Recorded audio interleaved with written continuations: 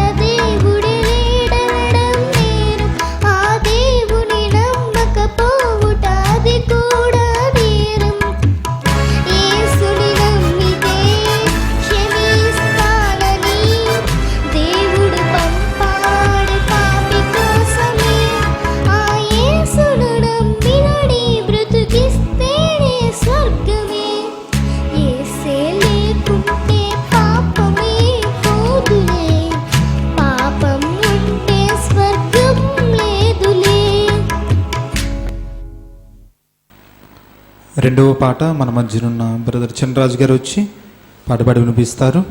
తరువాత వాక్య సందేశానికి వెళదాం.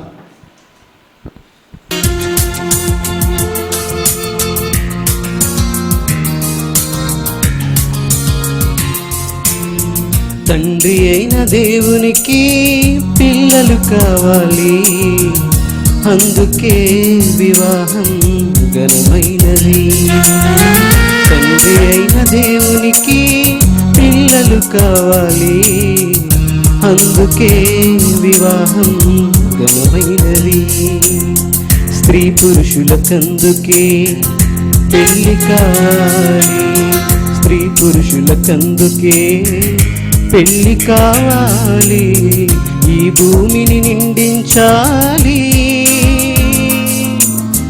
తన కలలను పండించాలి. ఈ భూమిని నిండించాలి,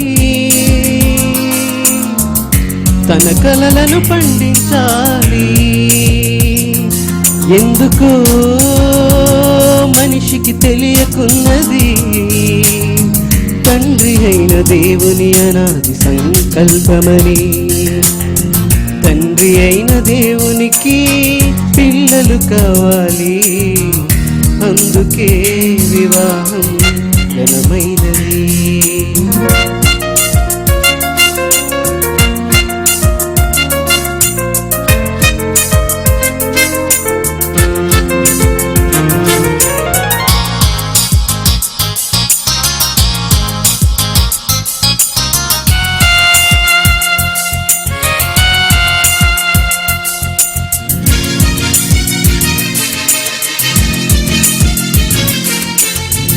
నేల మంటి నుండి దేవుడు నరుని చేసెను, గాఢ నిద్ర కలుగజేసి స్త్రీని తీసెను.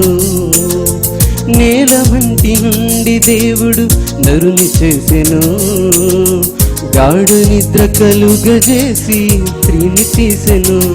మీరు ఫలించి భూమిని నిండించి సృష్టినంత ఏలమని వారికిచ్చెను. మీరు ఫలించి ఈ భూమిని నిండించి సృష్టినంత ఏలమని వారికిచ్చెను. తన పోలికతో మీరు కనాలని, తన రూపంతో తనకు కావాలని. తన పోలికతో మీరు కానాలని, తన రూపంతో తనకు కావాలని. దైవ జ్ఞానమందు వారిని తీర్చిదిద్దాలని. ఎందుకో మనిషికి తెలియకున్నది, తండ్రి అయిన దేవుని అనాది సంకల్పమని. తండ్రి అయిన దేవునికి పిల్లలు కావాలి, అందుకే వివాహం ఘనమైనది.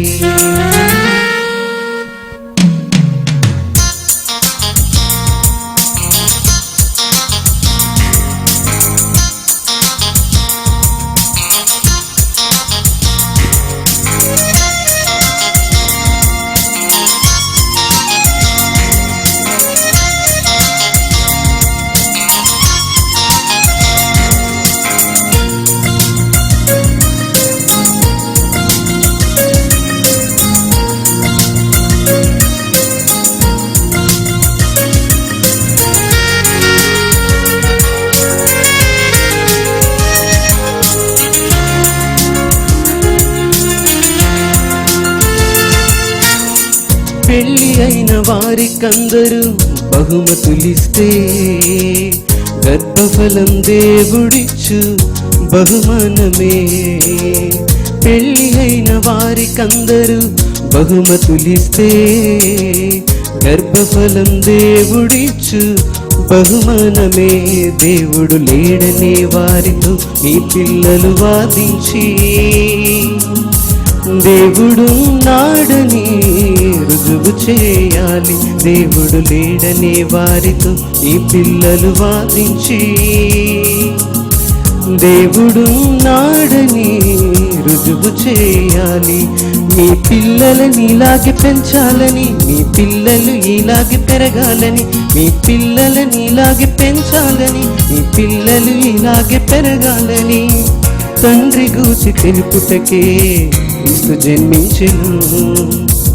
ఎవరికి తెలుసు ఆ తండ్రి మనసు, తన కోసం మనలను కన్నాడని. తండ్రి అయిన దేవునికి పిల్లలు కావాలి, అందుకే వివాహం ఘనమైనది. తండ్రి అయిన దేవునికి పిల్లలు కావాలి, అందుకే వివాహం ఘనమైనది.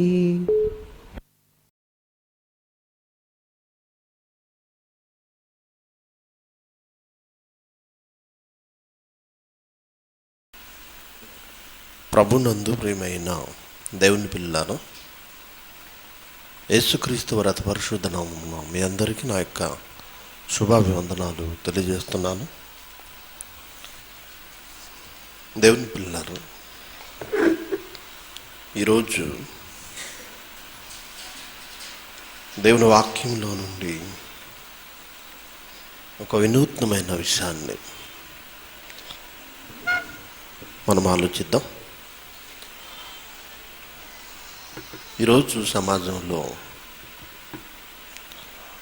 ధనం రాజ్యం వెళుతుంది. ధనం లేకపోతే మనిషి బ్రతకలేని స్థితికి వచ్చేసాడు. దేవుడు లేకపోయినా మనిషి బ్రతకగలడు, కానీ ధనం లేకపోతే మనిషి బ్రతకలేని పరిస్థితుల్లోనికి వెళ్ళిపోయాడు. కారణం, ఈ లోకం అపవాది ఆధీనంలో ఉంది. ఈ లోకం దుష్టుని సంబంధిగా మారిపోయింది. కాబట్టి దేవుణ్ణి మరిపింపచేయాలంటే అపవాది పన్నిన అనేకమైన పథకాలలో ఈ ధనాన్ని ప్రవేశపెట్టడం కూడా ఒకటి. దేవుణ్ణి మనుషులు మర్చిపోవాలి, నిత్యము దేనికోసం ఆలోచించాలి, ఇలాంటి ఒక పథకాన్ని అపవాది ప్రవేశపెట్టి ప్రజల మధ్యకు ధనాన్ని దించింది, డబ్బుని దించింది. ఈరోజు ఈ లోకంలో బ్రతికే ప్రతి ఒక్కరికి ఖచ్చితంగా ధనం అనేది అవసరం. డబ్బుతోనే ప్రతి పని ముడిపడింది. ధనం లేకపోతే దేవుని పని కూడా చేయలేని భయంకరమైన పరిస్థితులు సమాజంలో మనకు కూడా నెలకొన్నాయి. కాబట్టి దేవుడు ప్రారంభం నుండి ఈ సమాజానికి చెబుతూ వచ్చిన అనేకమైన విషయాలలో మనకు అవసరమైన ఒక సందర్భాన్ని కూడా పొందుపరిచాడు. ఆ సంగతిని మనం ఆలోచించే ముందు ఒక విషయాన్ని జ్ఞాపకం చేయాలని ఆశపడుతున్నాను. అపోస్తలుడైన పౌలు తిమోతికి ఉత్తరం రాస్తూ తన మొదటి ఉత్తరంలో ఒక ప్రాముఖ్యమైన సందర్భాన్ని తిమోతి గారికి చెబుతున్నాడు. మొదటి తిమోతి పత్రిక 4వ అధ్యాయము 16వ వచనం. తిమోతి, నిన్ను గూర్చియు నీ బోధను గూర్చియు జాగ్రత్త కలిగి ఉండుము అంటున్నాడు. ఇక్కడ బోధకుడు తన విశ్వాసితో లేదా తయారు కాబోయే మాస్టర్తో, కాబోయే బోధకునితో మాట్లాడుతున్న సందర్భం. తిమోతి, నిన్ను గురించి జాగ్రత్త పడు, నీ బోధ గురించి కూడా జాగ్రత్త పడు. ఇక్కడ 2 విషయాలు చెబుతున్నాడు. ఒకటి, నిన్ను గూర్చి అనగా తిమోతి తన వ్యక్తిగత జీవితం, లేదా ఇంకా లోతుగా మాట్లాడుకోవాలంటే తన మాట తీరు, తన ప్రవర్తన, తన నడవడిక, ఇంకా మనుషులు చూచే తన భౌతికమైన పరిస్థితిని గురించి జాగ్రత్త పడమంటున్నాడు. ఆలోచించండి. బోధకుడు తనను గురించి జాగ్రత్త పడడం అనేది అత్యవసరం. రెండవది, బోధన గురించి జాగ్రత్త పడమంటున్నాడు. బోధ, నన్ను గూర్చి నేను జాగ్రత్త కలిగి ఉండాలి ఒక బోధకునిగా. ఎందుకంటే మీరు నన్ను మాదిరిగా పెట్టుకోవచ్చు, నన్ను అభిమానించవచ్చు, నన్ను ఇష్టపడవచ్చు. కనుక నా జీవితం, నా నడవడిక ఏ లోపం లేనిదిగా ఉండాలి. మొదటిది, ఒకవేళ నా జీవితం బాలేకపోతే, నా నడవడిక బాలేకపోతే కేవలం మీకు మాత్రమే తెలుసు. ఎలా? నిత్యము నన్ను మీరు చూస్తున్నారు కనుక నా ప్రవర్తన గురించి ఒకవేళ బాలేకపోతే అది మీ వరకే పరిమితం. ఈ గ్రామంలో, ఈ సంఘంలోనికి వచ్చే వారికి, ఈ ప్రాంతం వారికి మాత్రమే పరిమితం అవుద్ది. ఒకవేళ మనిషి యొక్క ప్రవర్తన గురించి బాలేకపోతే. కానీ బోధ గురించి అయితే ప్రపంచమంతా చూస్తుంది. ఈరోజు ఒక సంఘానికే పరిమితమైన బోధకులు ఉన్నారు, గ్రామం వరకు తెలిసిన బోధకులు ఉన్నారు, ఆ జిల్లా అంతా తెలిసిన బోధకులు ఉన్నారు, రాష్ట్రం అంతా తెలిసిన బోధకులు ఉన్నారు, ప్రపంచమంతా తెలిసిన బోధకులు ఉన్నారు. ఎలా అంటే ఈరోజు టీవీ మీడియా, ఈ క్రిస్టియన్ లోకల్ ఛానల్స్ కానీ, శాటిలైట్ ఛానల్స్ కానీ, ఇంటర్నెట్ కానీ, ఈరోజు ఒక బోధకుడిని, ఏ మూలనున్న బోధకుడిని అయినా సమాజానికి చూపించే టెక్నాలజీ వచ్చింది. గనుక ఈరోజు బోధకులు ప్రపంచవ్యాప్తంగా తెలిసిన వారు ఉన్నారు. అలాంటి బోధకుల్లో నేను కూడా ఒకరిని. అయితే నా పర్సనల్ లైఫ్ ఎలా ఉందనేది ప్రపంచం చూడదు, మీరు చూడొచ్చు. కానీ బోధ మాత్రం ప్రపంచమంతా చూస్తుంది. ఒక విధంగా చెప్పాలంటే మీరు కానీ, నేను కానీ మన పెద్దవారు చెప్పిన బోధనా విధానానికి ఆకర్షితులై ఆ బోధనా విధానాన్ని కూడా మన జీవితాల్లో కలిగి ఈ లోకంలో జీవనం గడిపిన సందర్భాలు లేకపోలేదు. బోధించే విధానం, ఆ బోధన శైలి చాలామంది ఆదర్శంగా పెట్టుకుంటారు. అలాగే మన పెద్దవారు బోధించే విధానాన్ని మనము అనుసరిస్తూ మన తరంలో అలాగే బోధిస్తూ కొద్దిమందిని దేవుని వైపుకి నడిపిన సందర్భాలు కూడా మన జీవితాల్లో ఉన్నాయి. అంటే ప్రపంచమంతా బోధ గురించి పట్టించుకుంటుంది. నన్ను ఇష్టపడేవారు, నన్ను అభిమానించేవారు నా బోధనా విధానాన్ని చూస్తున్నారు. ఆ బోధనా విధానాన్ని అనుసరిస్తూ వాళ్ళ ప్రాంతాల్లో సువార్తను ప్రకటించేవారు కూడా లేకపోలేదు. చెప్పాలంటే ఈరోజు ప్రపంచంలో ఉన్న చాలామంది, నాకు తెలియకపోయినా నేను చాలామందికి తెలుసు, నా గురించి పోట్లాడుకున్న వాళ్ళు కూడా లేకపోలేదు. అంటే మన పెద్దవారి గురించి వాళ్ళని మనం అనుసరిస్తున్నప్పుడు, వాళ్ళని మనం అభిమానిస్తున్నప్పుడు వాళ్ళ గురించి ఎవరైనా చెడ్డగా మాట్లాడితే తట్టుకోలేని పరిస్థితులు కూడా మన జీవితాల్లో చోటు చేసుకున్నాయి. కారణం ఆ బోధనా విధానాన్ని, ఆ బోధకుణ్ణి, అతని శైలిని, అతని జ్ఞానాన్ని సమాజం చూస్తుంది. ఒకటి, వ్యక్తి గురించి జాగ్రత్త పడాలి. రెండవది, ముఖ్యంగా విశేషంగా బోధన గురించి జాగ్రత్త పడాలి. ఎందుకు ఈ విషయం చెప్తున్నానంటే సత్యవాక్యాన్ని నేర్చుకున్న చాలామంది సమాజంలో బోధకులుగా తయారవుతున్న బోధకులందరూ వాక్యములో ఏమి రాయబడిందో, దేవుడు ఏదైతే చెప్పమన్నాడో, దేవుడు ఏ ఉద్దేశాన్ని అయితే తన మనసులోని భావాలను అక్షరాలుగా పేపర్ పైకి తీసుకొచ్చాడో అది గ్రహించకుండా వ్యక్తులను దృష్టిలో పెట్టుకుని కూడా బోధ చేసేవారు లేకపోలేదు.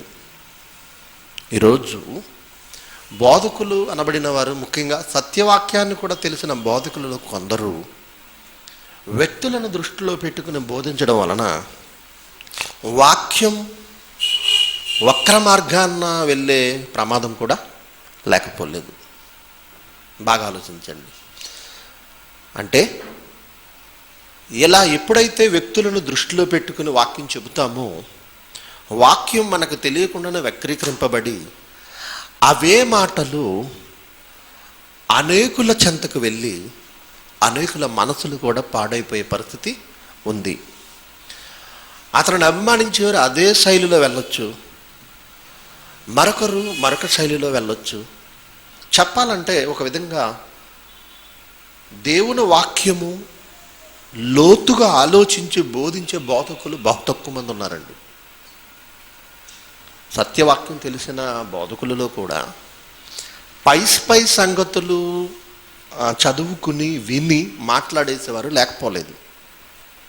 గనుక ఇలా బోధించడం వలన వినేవారు అదే అనుసరించడం వలన ఒకవేళ బోధకుడు తప్పుడు మార్గంలో, తప్పుడు శైలిలో, ప్రజలకు వెళ్ళకూడని శైలిలో బోధన విధానం వెళితే వారు నాశనం అయిపోయే పరిస్థితి కూడా ఉంది. కాబట్టి తిమోతికి పౌలు గారు చెబుతున్న జాగ్రత్త, నీ బోధన గురించి జాగ్రత్త పడు, నిన్ను గురించి జాగ్రత్త పడు.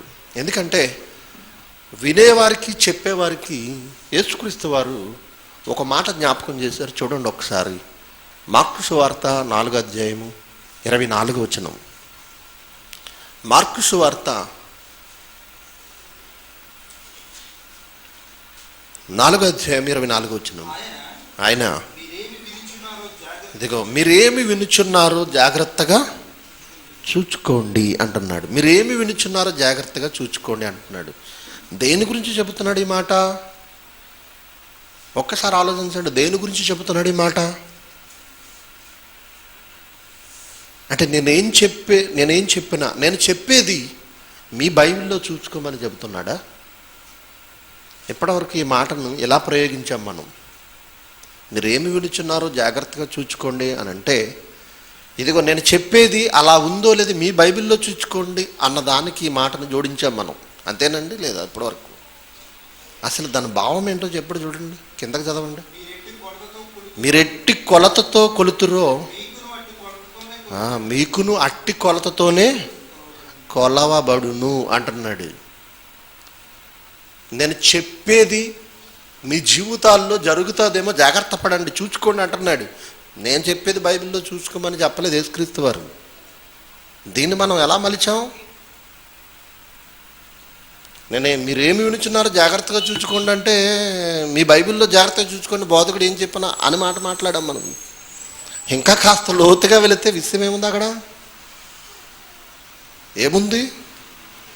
ఇదిగో మీరెట్టి కొలతతో కొలుతురు. బోధకుడా, నువ్వు ఎలాంటి బోధ చేస్తావో నీ దగ్గర నేర్చుకున్న వారు రేపొద్దున నీకు అలాంటి బోధ చేస్తారు. నువ్వు ఎవరినైనా తప్పుపడుతుంటే నీ క్రింది నేర్చుకునేవారు రేపొద్దున నీ గురించే తప్పు పట్టొచ్చు. నువ్వు ఎలాంటి కొలతతో కొలుస్తున్నావో ఎదుటివారి వ్యక్తిత్వాన్ని, జీవితాన్ని, వారి క్రియలను, లేదా వారి ఆలోచనలు ఏ విధంగా నువ్వు తప్పుపడుతున్నావో, ఏ విధంగా నువ్వు నిర్ణయిస్తున్నావో రేపటి రోజు నీకు కూడా అలా నిర్ణయించబడుతుందేమో. నేనేం చెప్పబోతున్నానో నీ జీవితాల్లో జాగ్రత్తగా చూచుకోండి అంటున్నాడు. అంటే దేవుని వారులారా, బైబిల్ ఉంది కదా, అక్షరాలు ఉన్నాయి కదా అని ఏదో ఒక రకంగా మన ఆవేశాన్ని లేదా మన ఆలోచనను జోడించి వ్యక్తులను దృష్టిలో పెట్టుకుని, లేదా మన పెద్దవారిని దృష్టిలో పెట్టుకుని, లేదా చిన్నవారిని దృష్టిలో పెట్టుకుని మనం ప్రసంగాలు చేయడం వలన సమాజం చూస్తుంది. ప్రపంచమంతా ఎంతోమంది అమాయకులు ఉన్నారు. అందరూ గొప్ప వాళ్ళే లేరండి, అందరూ ఫుల్ నాలెడ్జ్గా లేరండి, సంపూర్ణులుగా ప్రపంచంలో ఎవరు లేరండి వినేవారు. ముఖ్యంగా సత్యం తెలిసిన వారు కూడా సంపూర్ణులుగా ఎవరు లేరు, ఇంకా అసంపూర్ణులుగానే ఉన్నారు. పెద్దవారు ఏది చెప్తే అదే నిజమని నమ్మే గొర్రెలలా ఈరోజు సమాజంలో చాలామంది ఉన్నప్పుడు, అదిగా విజయ్ కుమార్ అని ఏదైనా నిజమే చెప్తాడు అనే భావనలు ఉన్నప్పుడు, నేను ఏం చెప్పినా రైట్ అవుతుంది, వాళ్ళు అదే అనుసరిస్తున్నారు. ఏదైనా తేడా వస్తే అక్కడ వాళ్ళకి ఆల్రెడీ చిరిగిపోతుంది, తోలు తీసేస్తున్నారు అక్కడ వాళ్ళు అలా అయిపోవడానికి కారణం ఎవరు? నేను. కాబట్టి బోధకుడు ఏ విషయమైనా ప్రజలకు చెప్పాలనుకున్నప్పుడు రేపటి రోజు భవిష్యత్తులో తనకేమైనా ఎదురవుతుందా అని ఆలోచించాలి. దేవుడు ఏ విషయం చెప్పినా భవిష్యత్తులో తిరిగి మనకు తగలకుండా చక్కటి ఆలోచనను తన జ్ఞానంలో పొందుపరిచాడు. ఆయన ఆలోచన ప్రకారంగా ఆయన మనసులో ఏదైతే చెప్పాడో అది మాత్రం మనం ఆలోచించి బోధ చేసినప్పుడు రేపటి రోజు మనకు ఆ విషయం ఎదురవ్వదు. బాగా ఆలోచించండి. ఇది దృష్టిలో పెట్టుకోండి. ముందు ఒక ప్రాముఖ్యమైన సందర్భాన్ని ఈరోజు మీకు జ్ఞాపకం చేస్తాను. ధనం ధనం ధనం ధనం. ఈరోజు దేవుని పనికి కూడా ధనం చాలా అవసరం. దేవుని సేవను అడ్డు పెట్టుకుని సమాజంలో ధనం సంపాదించుకుని ఆస్తులను కూడగట్టుకున్నవారు లేకపోలేదు. దేవుని సేవ ముసుగులో ప్రజలిచ్చే ధనంతో, సంఘమిచ్చే చందాతో కానివ్వండి, ప్రజలిచ్చే ధనంతో కానివ్వండి, వారు ఆస్తిపాస్తులు కూడబెట్టుకున్నవారు లేకపోలేదు. సమాజంలో సత్యవాక్యాన్ని సమాజానికి అందకుండా, ప్రజలిచ్చే ధనంతో సువార్తను ప్రకటించకుండా, ప్రజలిచ్చే ధనంతో సువార్తను నేర్పించే, వాక్యాన్ని నేర్పించే, ఒకవేళ దేవుని కోసం ఒకవేళ కట్టడాలను కట్టకుండా సొంతంగా ఆస్తులు సమకూర్చుకుని దేవుని ఆశీర్వాదం పేరుతో బ్రతికే బోధకులు చాలామంది ఉన్నారు ఈరోజు సమాజంలో. వాళ్ళని పక్కన పెడదాం, వాళ్ళ గురించి మనకు అనవసరం. ఇప్పుడు సత్యవాక్యాన్ని ప్రకటించే వారికి ధనం అవసరం. ఈరోజు కేవలం ఆదివారం మాత్రమే మనం ఆరాధనలో కూర్చుని, ఆదివారం మాత్రమే దేవుని పని అనుకుని మిగిలిన రోజున మన పనులు చేసేసుకునే వారం మనం కాదు. ముఖ్యంగా నేను కాదు, ఈ సత్యవాక్యం తెలిసిన వారు కాదు. ఎక్కడ ఏ ప్రాంతంలో సువార్తను ప్రకటించాలి, ఏ ప్రాంతానికి సత్యవాక్యం అందించాలి, ఏ ప్రాంతంలో దేవుని సంకల్పంలో ఉన్న వారిని కాపాడాలి, ఇలాంటి ఆలోచనలతో మనం కొనసాగుతాం. మరి అలా కొనసాగినప్పుడు ఈ సమాజంలో ఆ పని చేయడానికి ఎవరు ముందుంటారు చెప్పండి? సాధారణంగా అన్ని సంఘాల్లోని ఎలాంటి పరిస్థితి ఉంటుందంటే, ఏదైనా ఒక కార్యక్రమం తలపెడితే, ఇప్పుడు ఇదిగో పలానా కార్యక్రమం మనం తలపెట్టాం మన సంఘం తరపున, ఎవరు ఎంత వేసుకుంటారో, ఎవరు ఏది సహాయం చేస్తారని అడుగుతారండి. అడుగుతారా లేదా? అడుగుతారు. ఇదిగో దీనికి ఎంత ఖర్చు అవుద్ది, ఎవరు వేసుకుంటారు, ఎవరి పేరు మీద చేద్దాం, కుర్చీలు ఒకళ్ళ పేరు మీద, సౌండ్ ఒకళ్ళ పేరు మీద, ఆ స్టేజ్ ఒకళ్ళ పేరు మీద, భోజనాలు నేను కూరగాయలండి, నేను పప్పు అండి, నేను రైస్ అండి. ఇప్పుడు ఎవరు చేస్తారు ఇదంతా? సంఘాలలో విశ్వాసులు చేస్తారు. విశ్వాసులకు కూడా సరదా అండి. పాస్టర్ గారు ఏది చెప్తే ముందు నేను ఇదిగో కూరగాయలు నాయి, పప్పు నాది, ఉప్పు నాది, బియ్యం నాది, కుర్చీలు నాది. ఈ మెప్పు కోసమో కొంత సంఘాల్లో జరుగుతూ ఉంటుంది. ఓకే, మంచిదండి. విశ్వాసులకు అలాంటి ఆలోచన ఉండడం మంచిది. అయితే అయ్యగారు, నిలబడిన అయ్యగారు మాట మాత్రం చెప్తారు అంతే. పనంతా, భారమంతా ఎవరిది? విశ్వాసులది. చూసారా? ఇక గొర్రెల కాపరి ఏమవుతాడు ఇతడు? గొర్రెల కాపరి తన గొర్రెల కోసం ఏం పెడతాడు? ప్రాణం పెడతాడు. నిజమైన కాపరి ఏం చేస్తాడు? తన గొర్రెల కోసం ప్రాణం పెడతాడు. అదే కషాయుడైతే ఎవడన్నా వేటకొస్తున్న చాలు వాడికి అప్పగించేసి తప్పుకుంటాడు. ఏదైనా భారం వస్తే చాలా వాళ్ళ మీద మోపేసి మాత్రం హాయిగా కూర్చుంటాడు. ఇప్పుడు ఈ సత్యవాక్యం తెలిసిన ఏ బోధకుడైనా ఏం చేస్తాడంటే ముందు తన నిలబడతాడు. ఏ పనికైనా సరే, ఎక్కడైనా, నేనే కాదండి, సత్యవాక్యం నేర్చుకున్న వారు ఎవరైనా ఒక కార్యక్రమం చేయాలంటే తన దగ్గర ఉన్న విశ్వాసులపైనో లేదా తనకి ఎవరు సహాయం చేస్తారో వారిపైన ఆధారపడి ముందుకెళ్ళడు. ఖచ్చితంగా దేవునిపై ఆధారపడి ముందుకు వెళ్తాడు. అలా వెళుతున్నప్పుడు ఆ బోధకునికి ఎన్నో కష్టాలు ఎదురవుతాయి, ఎన్నో ఇబ్బందులు ఎదురవుతాయి, ఎన్నో శ్రమలు ఎదురవుతాయి. ఇంకా చెప్పాలంటే ఎన్నో ఆర్థికపరమైన ఇబ్బందులు తలెత్తుతాయి. అవునంటారు కాదంటారు చెప్పండి? ప్రతి పనికి ధనం అవసరమైనప్పుడు, దేవుని పని కూడా ఈ రోజుల్లో డబ్బుపై ఆధారపడి ఉన్నప్పుడు, సత్యవాక్యం తెలిసిన ఏ సేవకుడైనా ప్రజలు ఇస్తేనే చేయాలి అన్న ఆలోచన ఉండదు కనుక అతడు సువార్త సేవలో ముందుకు వెళ్తాడు. ఏ పనైనా, భారమైనా, అది ఎంత కష్టమైనా భుజాన్ని వేసుకుంటాడు. అవునంటారా కాదంటారా? మీరు చూశారు, చాలామందిని చూశారు, నన్ను కూడా ప్రత్యక్షంగా మీరు చూస్తున్నారు. మరి ఇలాంటి సేవకునికి విశ్వాసులుగా మనం ఏం చేయాలి? ఈరోజు సత్యవాక్యాన్ని నేర్పించిన పెద్దవారు కానీ, చిన్నవారు కానీ, నా తోటివారు కానివ్వండి, నాకన్నా చిన్నవారు కానివ్వండి, వాళ్ళందరూ ఈరోజు రాష్ట్ర వ్యాప్తంగా, దేశవ్యాప్తంగా, ప్రపంచవ్యాప్తంగా ఆయా ప్రాంతాల్లో ఈ సత్యవాక్యం ప్రకటించడానికి ఎంతో ధనాన్ని వెచ్చిస్తున్నారు, లేని వారు ఎన్నో కష్టాలు పడుతున్నారు. అప్పైనా చేసి దేవుని పని చేసి అప్పులో ఊబిలో కూరుకుపోతున్నారు. ఆర్థిక ఇబ్బందులతో సతమతం అయిపోతున్నారు. చాలామంది ఇల్లు గడవని పరిస్థితులు కూడా అనుభవిస్తున్నారు. సత్యవాక్యం తెలిసి సమాజంలో నిలబడ్డవారు. అందులో ప్రిన్సిపాల్స్ ఉన్నారు, కోఆర్డినేటర్స్ ఉన్నారు, బోధకులు ఉన్నారు, అలాగే డిప్యూటీ డైరెక్టర్స్ ఉన్నారు, డైరెక్టర్స్ ఉన్నారు. ఆలోచిస్తే దేవుని వాళ్ళారా, ఈరోజు సేవ చేయడానికి, సత్యాన్ని సమాజానికి అందించడానికి, కొద్ది మందినైనా రక్షించడానికి వారు పడుతున్న తపన అంతా ఇంత కాదండి, అంతా ఇంత కాదు. అలా కష్టాలు పడుతున్న సేవకులను, బోధకులను, వారి దగ్గర ఉన్న విశ్వాసులు, వారి దగ్గర ఉన్న శిష్యులు ఎలా ఆదరిస్తున్నారు, ఎలా చూస్తున్నారు? ఇలాంటి విషయాల్లో కొన్ని సందర్భాలు ఈరోజు దేవుని వాక్యం నుంచి నేర్చుకుందాం. ఎందుకంటే ఈరోజు మీరు వినే ఈ మాటలు ప్రస్తుత సమాజంలో సత్యవాక్యాన్ని బోధించే బోధకులకు అందరికీ ఆదరణ కావాలి. భవిష్యత్తు తరాలకు ఇది భద్రపరచబడాలి. అందుకోసం దేవుడు మీ మధ్య ఈ మాటలు పలికిస్తున్నాడు. గలతీయులకు రాసిన పత్రిక 6వ అధ్యాయము 6వ వచనం నుంచి చూద్దాం. గలతీయులకు రాసిన పత్రిక 6వ అధ్యాయము 6వ వచనం నుండి, వాక్యోపదేశము పొందువాడు ఉపదేశించువానికి మంచి పదార్థములన్నిటిలో భాగమియ్యవలెను అని రాయించాడు. వాక్యోపదేశము పొందువాడు అనగా వినేవారు, విశ్వాసులు లేదా శిష్యులు. ఉపదేశించువానికి మంచి పదార్థములన్నిటిలో ఏమివ్వాలట? భాగం ఇవ్వాలట. మీకేమైనా అర్థమైందా? మీకేమైనా అర్థమైందా?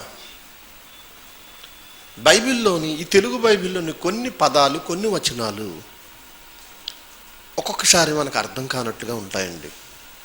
అంటే అది తెలుగే అయినా దానికి భావం ఏంటో, దాని భావార్థం ఏంటో, దాని గూఢార్థం ఏంటో గ్రహించలేని పరిస్థితుల్లో కొన్ని పదాలు ఉన్నాయి.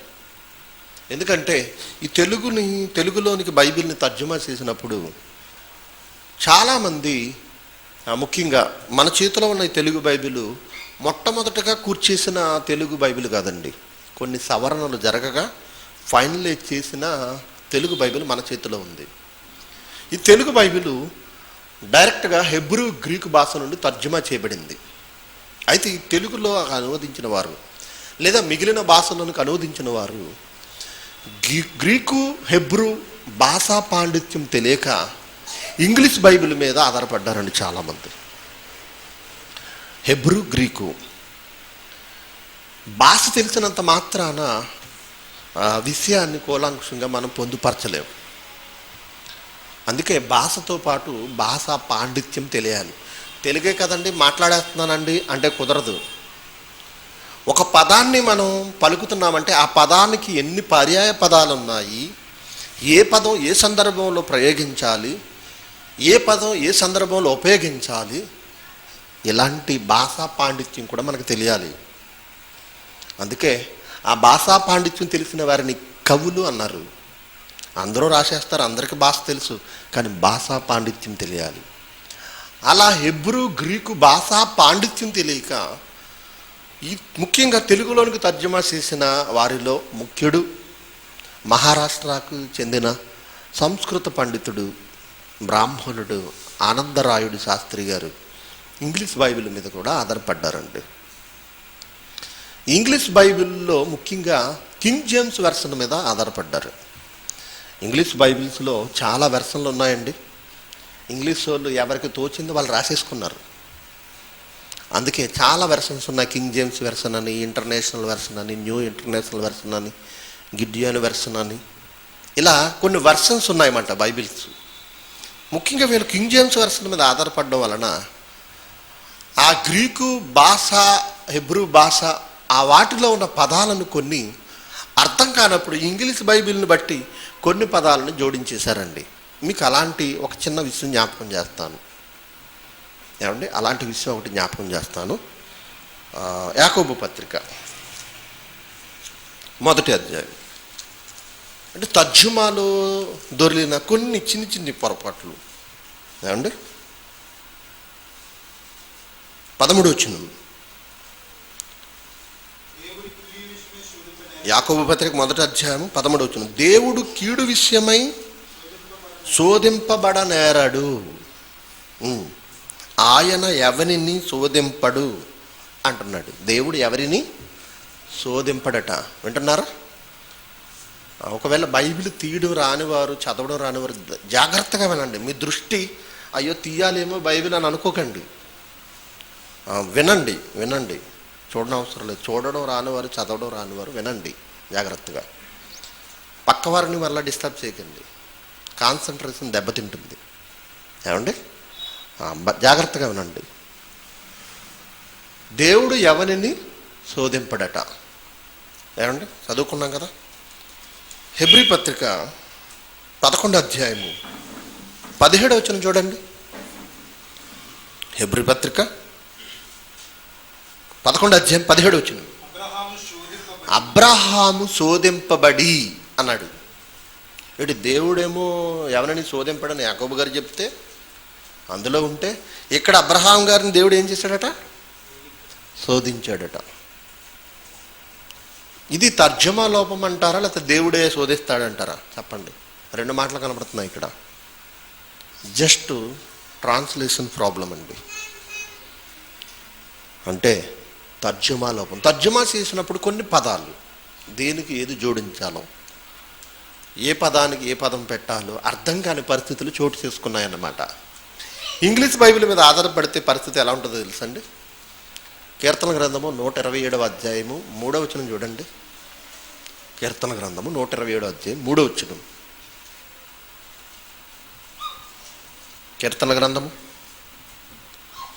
127వ అధ్యాయం 3వ వచనం. త్వరగా తీయాలి. ఇది కుమారులు యెహోవా అనుగ్రహించు స్వాస్థ్యము, గర్భఫలము ఆయనిచ్చు బహుమానమే అంటున్నాడండి.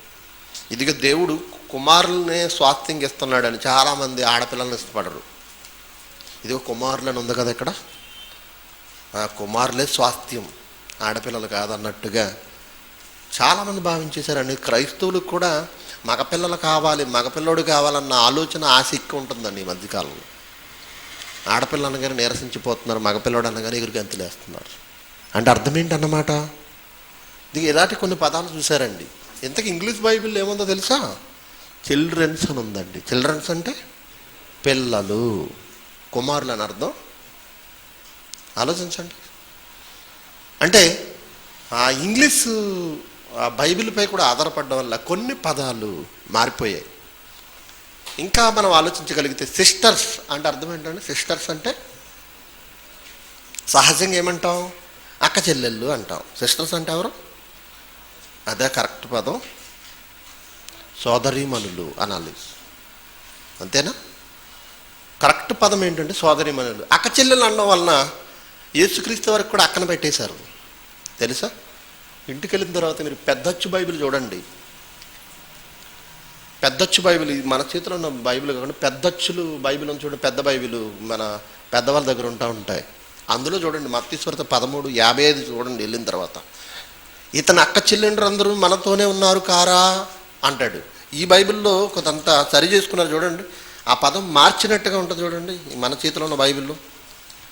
మత్తయి సువార్త 13వ అధ్యాయము ముద్దగా కనపడిందండి నాకు. మరి మీ చేతిలో ఉన్న బైబిల్లో ఉందో లేదో చూడండి ఒకసారి. 56 మత్తయి సువార్త 13వ అధ్యాయం 56. ఇది ఇతని సోదరీమణులందరూ అన్న దగ్గర థిక్గా ఉందా, బోల్డ్గా ఉన్నట్టుంది చూడండి. లెటర్ బాగా బ్లాక్గా ఉందా? ఇంతకుముందు ఏముండేదో తెలుసండి అక్కడ, ఇతను అక్క చెల్లెండ్రు అందరూ మనతోనే ఉన్నారు కారా అని ఉంది. అక్క ఎక్కడ ఉందండి యేసుకి? ఆయనే మొదటివాడుగా. యేసుకి అక్క ఉంటే ఆయన పరిశుద్ధుడు ఎలా అవుతాడు? ఆయన కన్యకు పుట్టినోడు ఎలా అవుతాడు? కాబట్టి ఈ తెలుగు బైబిలు మనం చదివినప్పుడు అర్థం కానట్టుగా ఉన్న ఏ విషయమైనా అసలు మూల భాషలో ఏం రాయబడిందో చూడాలి. ముఖ్యంగా ఈ విషయంలో నేను ఎక్కువ ఆలోచిస్తూ ఉంటానండి. కళ్ళ ఎదురుగుండా కనపడింది కదా, దీనికి సంబంధించిన రెఫరెన్స్లు ఎక్కడున్నాయి వెతికేసుకుని చెప్పేసే రకాన్ని కాదు నేను. ఈ విషయం అర్థం కానప్పుడు అసలు ఆ మూల భాషలోనికి వెళ్ళి ఆలోచిస్తాను, అసలు ఏమని రాయబడి ఉంది అక్కడ, ఎందుకు ఇక్కడ అర్థం కానట్టుగా ఉంది. ఖచ్చితంగా మూల భాషలో ఉన్న విషయం ఇక్కడ సరిగా పెట్టడం, సరిగా తర్జుమా చేయడం కుదరలేనట్టుంది అన్న ఆలోచన వచ్చేస్తుందండి నాకు. వెంటనే వెళ్తాను అక్కడికి, 4-5 బైబిల్స్ చూస్తాను. ఉన్నాయండి నా దగ్గర 4-5 బైబిల్స్, ఇన్ని బైబిల్స్ ఉన్నాయి నాకు, ఇంత లా ఉంటాయి ఒకటి. మనకి పరిశోధన కావాలి, సమాజానికి మంచి వాక్యం అందించాలి, సత్యవాక్యం అందించాలి. మనం చెప్పిన మాట భవిష్యత్తు తరాలకు ఉపయోగపడాలి, సమాజం మీద ప్రభావం చూపుతుంది. కనుక ఖచ్చితంగా మనం బోధిస్తున్నామంటే ఏదో ఉన్నది కదా, అక్షరాలు ఉన్నాయి కదా, ఏదో పుస్తకాలు ఉన్నాయి కదా, చదివేసి రాసేసుకుని చెప్పేయడం కాదు. నాకు ముందు మాట్లాడే బోధకులు కూడా ఈ విషయాన్ని జాగ్రత్తగా గమనించాలి. చెప్పడం కదా ఈ వారం నా సమయం కదా, ఏదో చెప్పేద్దామని మాత్రం నిలబడకండి. ఒకవేళ ఆ వారం ఏదన్నా విషయం, ఏదో ఒక ఆలోచన మీకు రానప్పుడు మిగిలిన వాళ్ళకి ఇచ్చేయండి, వచ్చే వారం చెప్తాను పాస్ అనండి. మంచి విషయాలు సమాజానికి ఉపయోగపడాలి. మీ మాటలు లైవ్లో కూడా వెళ్తున్నాయి కాబట్టి మీరు పలికే మాటలు ఏం చెప్పాలే అని అనుకోకూడదు. బా ఆయన మంచి భలే చెప్పాడు ఈరోజు, మేము ఆలోచించలేదు విషయం అని అనుకోవాలి. అప్పుడండి ప్రజల దృష్టి మన మీద పడుద్ది. ఈరోజు విజయ్ కుమార్ సమాజానికి కనపడడంలో కారణం అదే. ఉన్న పెద్దవాళ్ళతో పాటు విజయ్ కుమార్ కూడా ఈరోజు కనపడుతున్నాడంటే ఇతడు ఏదో చెప్తాడు అన్న ఆలోచన ప్రజల్లో ఉంది. ఒకవేళ నేను సమాజంలో నిలబడి, స్టేజ్ మీద నిలబడి, సంఘంలో నిలబడి ఏదో తూతు మంత్రంగా చెప్పాను అనుకోండి, ఏంటి ఈయన ఇలా చెప్పాడు ఈరోజు అనుకుంటారు. బాగా చెప్పకపోతే మార్కులు వేస్తారు నాకు తెలుసా. నా నుండి ఏదో ఎక్స్పెక్ట్ చేస్తూ ఉంటారు. అలాగే మీ నుండి కూడా ఎక్స్పెక్ట్ చేయాలి. అలా చేయాలంటే ప్రజల దృష్టి మీ మీద పడాలి. మీ మీద పడాలంటే మీ ఆలోచన విధానం దేవుని ఆలోచనలోనికి వెళ్ళిపోవాలి. నీకు ఎన్ని సమస్యలున్నా, ఎన్ని ఇబ్బందులున్నా, బోధించే బోధనా విధానంలో మాత్రం దేవుని ఆలోచన తప్పకూడదు బోధకుడు. ఇది మాత్రం గుర్తుపెట్టుకోండి. ఇప్పుడు మన సందర్భంలోకి వద్దాం. గలతీ పత్రిక 6వ అధ్యాయం 6వ వచనం. వాక్యోపదేశం పొందువాడు ఉపదేశించేవానికి, ఇక్కడ వరకు అర్థమైంది. వాక్యోపదేశం పొందేవాడు అంటే వినేవారు, ఉపదేశించే బోధకునికి అర్థమైంది. మంచి పదార్థములన్నిటిలో ఏంటి మంచి పదార్థాలు, ఎలా భాగం ఇయ్యాలి, ఏమైనా అర్థమవుతుందా? దీనికి పుట్నోట్లో ఏమని రాశాడు చూడండి. వాక్యోపదేశము పొందువాడు, ఇక్కడేమన్నాడు, మంచి పదార్థాలు అన్న దగ్గర ఏదో పదాన్ని పెట్టాడు. సమస్త సద్విషయములలో బోధించువానితో ఎలా ఉండాలట, పాలువాడై ఉండాలట. ఇదేమని అర్థమైందా పోనీ? వాక్యోపదేశం పొందువాడు ఉపదేశించు వానితో సమస్త సద్విషయములలోనూ పాలువాడై ఉండాలట. సమస్త సద్విషయములలోనూ పాలువాడై ఉండాలట. ఇదేమని అర్థమైందా చెప్పండి. మీకేం అర్థమై ఉంటుంది? నాకేం అర్థమైంది ముందు నేను చెప్తాను. సమస్త సద్విషయంలో విజయ్ కుమార్ గారు ఏ ప్లాన్ ఆలోచించినా మనం కూడా మాట కలపాలి, అంతేనా? ఆ విజయ్ కుమార్ గారు ఏ ప్లాన్ చేసినా మనం కూడా ఒక గీత ఇయ్యాలి. ఆ విజయ్ కుమార్ గారు ఏం చేసినా ఆయన భోజనం చేస్తే పక్కన నేను కూడా భోజనం చేయాలి. ఇది పాలిభావస్త్రవడం అంటే గతంలో ఇలాగ అర్థమైంది. చూద్దాం ఒక్కసారి. వాక్యోపదేశం పొందువాడు ఉపదేశించేవానికి మంచి పదార్థములన్నిటిలో భాగం ఇయ్యాలి అని చెబుతూ కింద మరొక మాట మాట్లాడుతున్నాడండి. చదువుదాం, కంటిన్యూస్గా చదివితే మనకు అర్థమవుద్ది. మోసపోకుడి. ఇక్కడ కూడా మీరు ఆలోచించండి. మోసపోకుడి అన్నాడేంటి? ఎవరన్నా మోసం చేస్తారు మోసపోకుడి అని అర్థమా? మిమ్మల్ని మీరు మోసం చేసుకోకండి అని అర్థమా? ఎలా తీసుకోవాలి? ఇక్కడ మోసపోకుడి అన్నాడు అంటే ఎవరన్నా వచ్చి మిమ్మల్ని మోసం చేస్తారు మోసపోకుండా అని చెప్తున్నట్ట, లేదా మిమ్మల్ని మీరు మోసం చేసుకోకుండా అని చెబుతున్నట్ట? ఏమర్థమవుతుందండి? ఇది చాలాసార్లు చదువుకున్నాం కదండి అనుకుంటున్నారా? అవును. ఒక విషయం చెప్తాను, మీరు ఎప్పుడు ఎన్నిసార్లు చదివిన అందులో నుంచి ఏదో కొత్త తెస్తారండి. నేను మీ మెదడుకి పదును పెట్టాలి, మిమ్మల్ని పరిపూర్ణంగా చేయాలి. నా గురి ఏంటంటే మిమ్మల్ని నా స్థాయిలోనికి తీసుకెళ్ళిపోవాలి. నేను ఎలా అయితే దేవుని కోసం ఆలోచిస్తున్నాను అదే స్థితిలోనికి మీరు వెళ్ళిపోవాలి. దేవుని కోసం ఏదైనా చేయడానికి వెనకాడకూడదనే ఆ తత్వం నాకు ఎలా ఉందో మీకు అలాంటి తత్వం రావాలి. అందుకే వారం వారం మీరు వినని విషయాన్ని చెప్తానండి. నేను పోయిన వారం చెప్పిందే చెప్పను, అందులోని మొక్క తీసుకొచ్చే చెప్పను. అలా కాలం గడిపే రకం కాదు విజయ్ కుమార్. కాబట్టి ఆలోచించండి. పై సందర్భంలోనికి వెళితే 3వ వచనం చూడండి ఒకసారి. 3వ వచనం, ఎవడైనను ఒట్టివాడయుండి తాను ఎన్నికైనా వాడనని ఎంచుకునే ఎడలా తనను తానే మోసపరుచుకొనును అంటున్నాడు. అంటే ఈ విషయం, ఈ మోసపోకుడు అనే విషయం, మిమ్మల్ని మీరు మోసం చేసుకోకండి అనేదానికి పదం మాట. కానీ మరి ఏం చేస్తాం, తెలుగు బైబిల్ అలా పెట్టాడు. మరి అందరి దగ్గర ఉన్నది ఇదే బైబిల్. నేను ఏదో తీసుకొచ్చి చెప్పాను అనుకో, ఇందులో చెప్పండి అంటారు. కనుక లోతుల్లోనికి వెళితే మోసపోకుడు అన్నదానికి మిమ్మల్ని మీరు మోసం చేసుకోకండి. చదవండి ఇప్పుడు. దేవుడు వెక్కిరింపబడడు. గలతీ పత్రిక 6:7 వచనంలో దేవుడు వెక్కిరింపబడడు. దీని అర్థం ఏంటి? దేవుడు వెక్కిరింపబడడం ఏంటి? దేవుడు వెక్కిరింపబడడం ఏంటి? ఇది కూడా ఆలోచించండి. మీరు చేస్తానన్న సహాయం చేయనంత మాత్రాన దేవుడు హేళన చేయబడడు. దేవుడేమి నవ్వులు పాలు కాడు. ఆయన పని ఎలా అయినా జరిగిస్తాడు. అంతేనా కదా? అర్థమైంది ఇప్పుడు ఏమన్నా? ఇక చదువుదాం. మనుష్యుడు ఏమి విత్తునో ఆ పంటనే కోయును. ఎలా అనగా తన శరీర ఇచ్ఛలను బట్టి విత్తువాడు తన శరీరము నుండి క్షయమను పంట కోయును. ఆత్మను బట్టి విత్తువాడు ఆత్మ నుండి నిత్య జీవమను పంట కోయును. దేవుని పిల్లలారా, ఈ సందర్భాలను విడగొట్టేటప్పుడు బోధకుడు చాలా జాగ్రత్తలు పాటించాలి. శరీరేచ్ఛల నుండి విత్తడం ఏంటి, ఆత్మను బట్టి విత్తడం ఏంటి? ఈ పదాలు చదువుతున్నప్పుడు చాలా కఠినంగా, కష్టంగా, ఆలోచనకు అందని విధంగా ఉంటాయండి. రాత్రి అంతా చాలా డిస్టర్బ్ అండి. నేను ఈ విషయాలు ఆలోచించడానికి ఎన్ని తిరగేసాను. ఏంటి దీని అర్థం, అసలు ఏంటి దీని సంగతులు? ఇందాక వచ్చేటప్పుడు కూడా తమ్ముడు సుధాకర్ నేను ఈ విషయమే డిస్కస్ చేసుకుంటూ వచ్చాం. రావులపల్లి నుంచి వచ్చేటప్పుడు తమ్ముడు నిన్నటి నుంచి నాతోనే ఉన్నాడు. దేవుని వల్ల ఆలోచిస్తే చాలా గింజుకున్నానండి నేను. ఏమై ఉంటుంది, ఏం చెప్పాలని ఆలోచించాడు పౌలు గారు ఈ సమాజానికి.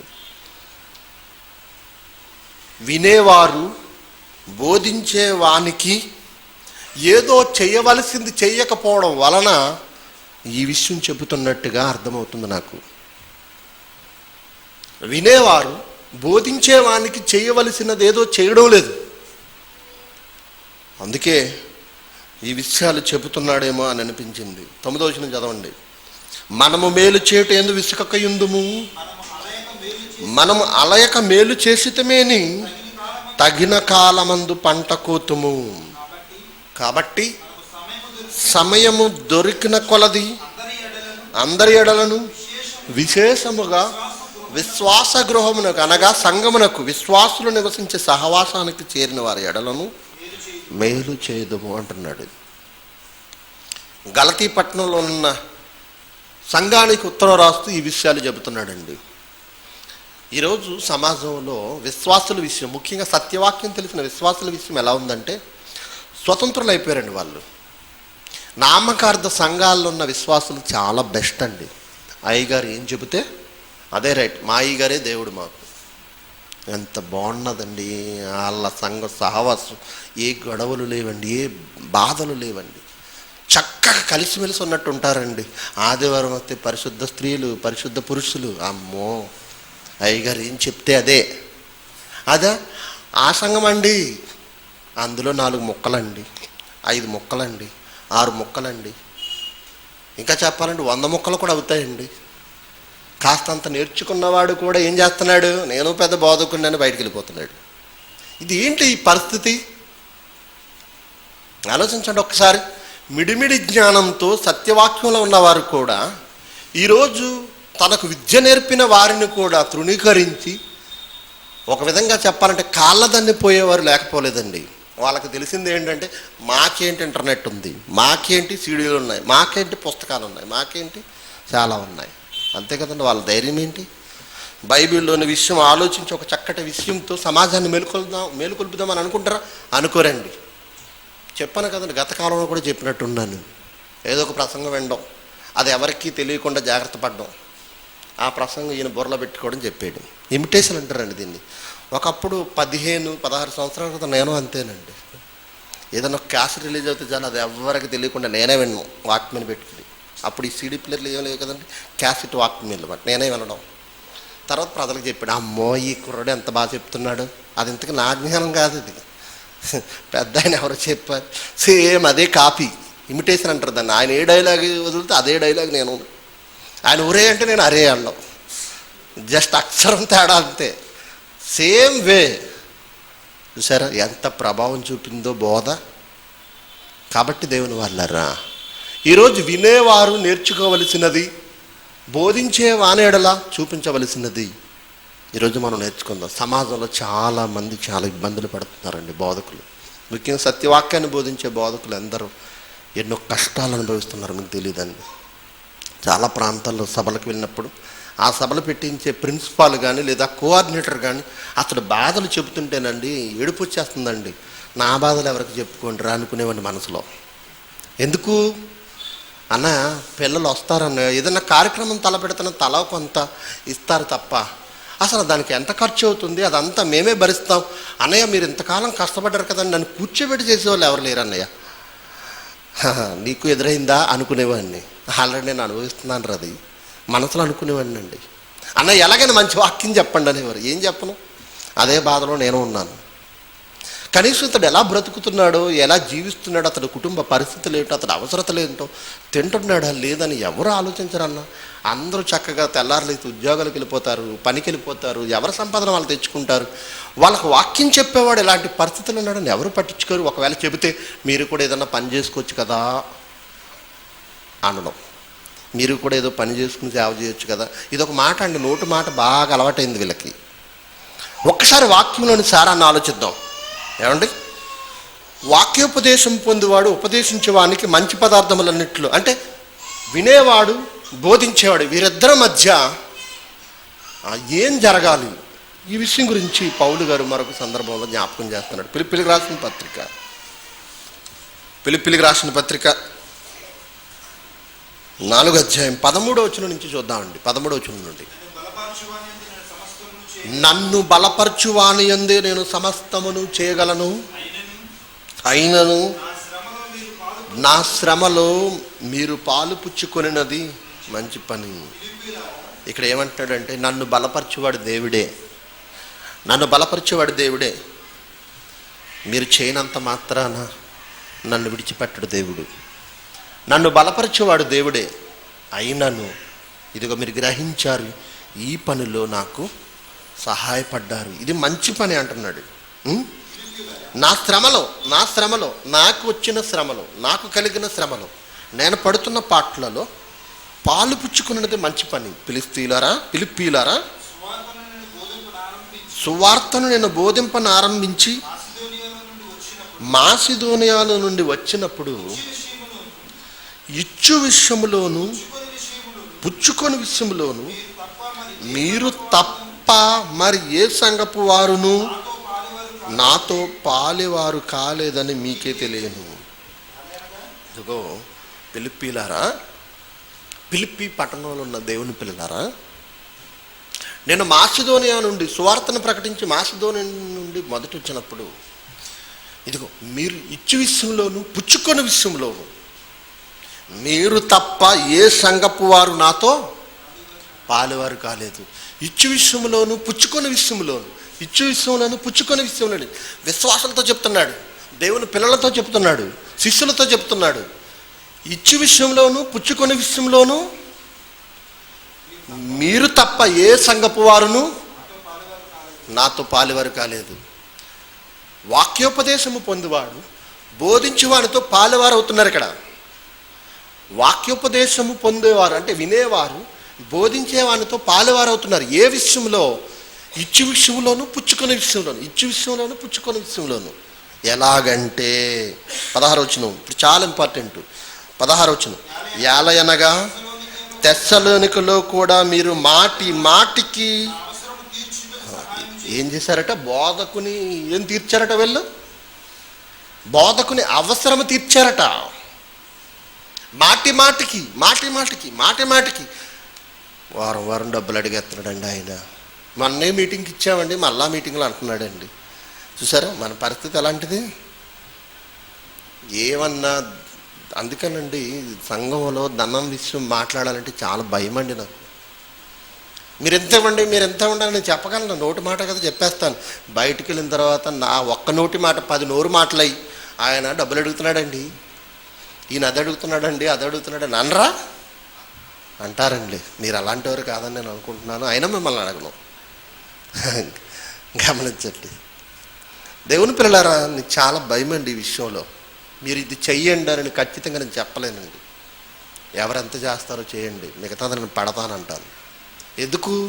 మనుషుల తత్వం చాలా భయంకరమైనది. ఇచ్చేవారు లేకపోగా ఎంత వచ్చేస్తుందో అంటారు. మళ్ళీ ఈ మాట అనేవారు ఎవరు తెలుసు? ఇచ్చేవారు మాట అనరు, ఇచ్చేవారు మాట అనరు. విజయ్ కుమార్ కారు మీద తిరుగుతున్నాడే అంత ఇచ్చేస్తున్నారో జనాలు. నువ్వేమని ఇచ్చావా? నువ్వు ఇచ్చేవారు మాట్లాడరండి. ఇవ్వనోళ్ళు ఈయనకి ఎంత రాకపోతే కారు మీద తిరుగుతాడు. చూసారా ఎలా పుట్టిస్తారు?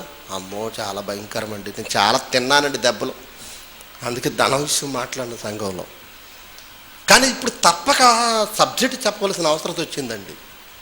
ఇచ్చు విషయంలోను పుచ్చుకొని విషయంలోను ఫిలిప్పి పట్టణంలో ఉన్న సంఘస్థులు పౌలు గారితో పాలుభాగస్తులు అయ్యారటండి.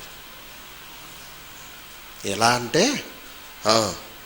తెస్సలోనికలో కూడా, ఇప్పుడే కాదు తెస్సలోనికలో కూడా మీరు మాటి మాటికి నాకు సహాయం చేసి నా అవసరం తీర్చారు, సహాయం చేశారు. నేను ఇదిగో ఈవి అంటే కానుక, అర్పణ, మీ నుండి వచ్చేది ఏదైనా ఈవి అంటారు. దానిని ఆపేక్షించి ఇలాగూ చెప్పడం లేదు. ఇప్పుడు మిమ్మల్ని పొగిడితే ఏదో ఇస్తారని ఇలా చెప్పడం లేదు నేను అంటున్నాడు. ఇలా చెప్పడం లేదు. కానీ మీ లెక్కకు మీరిచ్చేది ఏదైనా మీరిచ్చే దానికి విస్తార ఫలము రావాలని ఇదిగో మీకోసం చెబుతున్నాను. ఇదిగో ఇవ్వండి అని, నా అవసరం తీర్చండి అని నేను చెప్పడం లేదు. మీరు చేయడం వలన మీకు విస్తారమైన ఫలం రాబోతుంది. అది ఆపేక్షించాను గనక, అది తెలుసు గనక ఇదిగో మీతో చెబుతున్నాను. నాకు సమస్తమును సమృద్ధిగా కలిగి ఉన్నది. ఇదిగో మీరు పంపిన వస్తువులు. ఎవరు పంపిన వస్తువులట? ఫిలిప్పి పట్టణంలో ఉన్న సంఘస్థులు పౌలు గారికి వస్తువులు పంపించారట. ఏంటా వస్తువులు? అవి తినేవి కావచ్చు, లేదా ఉపయోగించుకునేవి కావచ్చు. గతంలోనండి ఒక ప్రాంతం వెళ్ళినప్పుడు, ఇంచుమించుగా 5-6 సంవత్సరాల క్రితం అండి, నాకు వాళ్ళ గిఫ్ట్గా ఒక ప్యాక్ ఇచ్చారండి. అక్కడికి వెళ్ళినప్పుడు అది ఇప్పు చూస్తే షూస్ ఉన్నాయండి.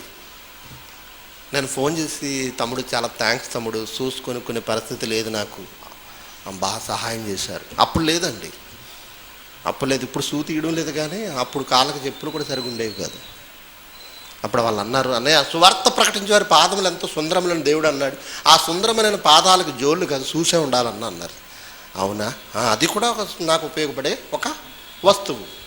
నేను అప్పుడు చాలా ఆనందించానండి. బైబిల్ ఓపెన్ యూనివర్సిటీ ఇంటర్నేషనల్లోనండి సువార్త పని ఎవరైతే చేస్తారో వాళ్ళకి ఆయా ప్రాంతాల నుండి, అన్న ఇది మీకు అవసరం. నేను కూడానండి మన పెద్దవారికి కొన్ని నా సామర్థ్యం కొలిది కొనిచ్చానండి.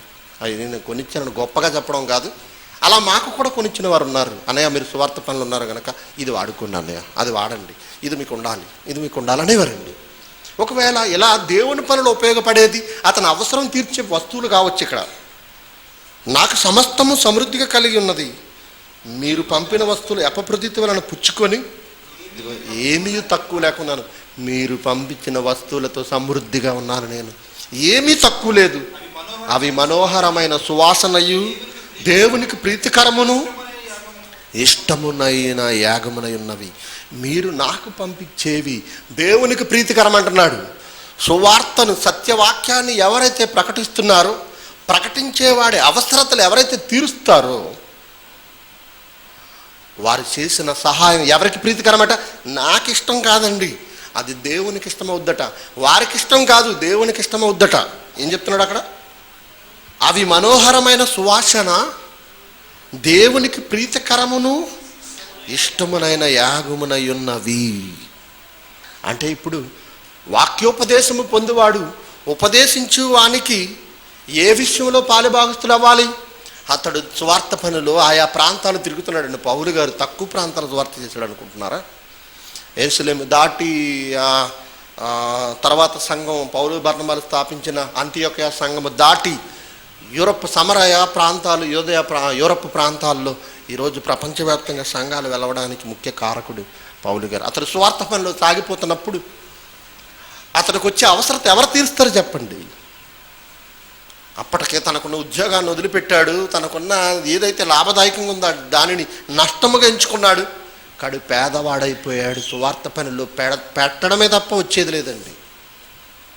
చాలామంది అంటారు, విజయ్ కుమార్ ఆయనకి ఎంత వచ్చేస్తాయి, ఎన్ని మీటింగులు పెడతాడు, ఎన్ని కార్యక్రమాలు చేస్తున్నాడు, అమ్మో టీవీ ప్రోగ్రామ్, అమ్మో మీటింగులు, అమ్మో అది, అమ్మో ఇది, ఎంత వచ్చేస్తున్నాయి, ఎంత మిగిలిపోతుందో మాట్లాడుకునేవారు ఉన్నారండి. ఇప్పటికీ నిజంగా చాలా మిగులుతుందండి. అప్పు లాభం కాదు, చాలా మిగులుతుంది అప్పు. ఇది ఎవరికీ తెలియదు. ఒక్కసారి ఆలోచించండి.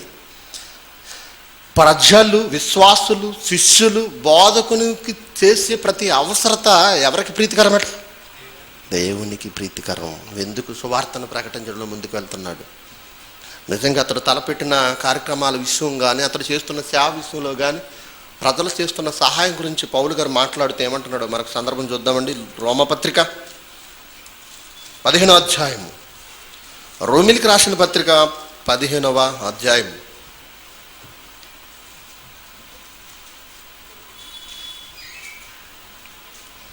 25వ వచనం నుంచి 25వ వచనం నుంచి. అయితే ఇప్పుడు పరిశుద్ధుల కొరకు పరిచర్య చేయొచ్చు. ఇప్పుడు యెరూషలేమునకు వెళ్తున్నాను, పరిశుద్ధుల కొరకు పరిచర్య చేయాలని వెళ్తున్నాను యెరూషలేముకి. యెరూషలేములో ఉన్న పరిశుద్ధులలో ఇదిగో పేదవారు కూడా ఉన్నారు. పరిశుద్ధుల్లో పేదవారు ఉన్నారు. యెరూషలేములో ఉన్న సంఘంలో ఉన్న యూదులు, విశ్వాసులైన వారు, వారిలో పేదవారు ఉన్నారు. వారి నిమిత్తము మాసిదోనియ వారును అకయ వారును కొంత సొమ్ము చందా వేయనిష్టపడిరి. కొంత సొమ్ము చందా వేయాలనుకున్నారటండి. పలానా వారికి సహాయం చేయాలనుకుంటున్నాను అని పౌలు గారు చెప్పగానే అకయ వారు, మాసిదోనియ వారు కొంత సొమ్ము దాచిపెట్టాలనుకున్నారట. ఇదిగో పౌలు గారు మీరు వెళ్తున్నారు కదా, వాళ్ళకి సహాయం చేయండి అని కొంత సొమ్ము, డబ్బు ఆయన చేతిలో పెట్టారటండి. అవును, వారు ఇష్టపడి చేశారు. ఎవరు? అకయ వారు, మాసిదోనియ వారు ఇష్టపడి చేశారు. వారు వీరికి రుణస్థులు.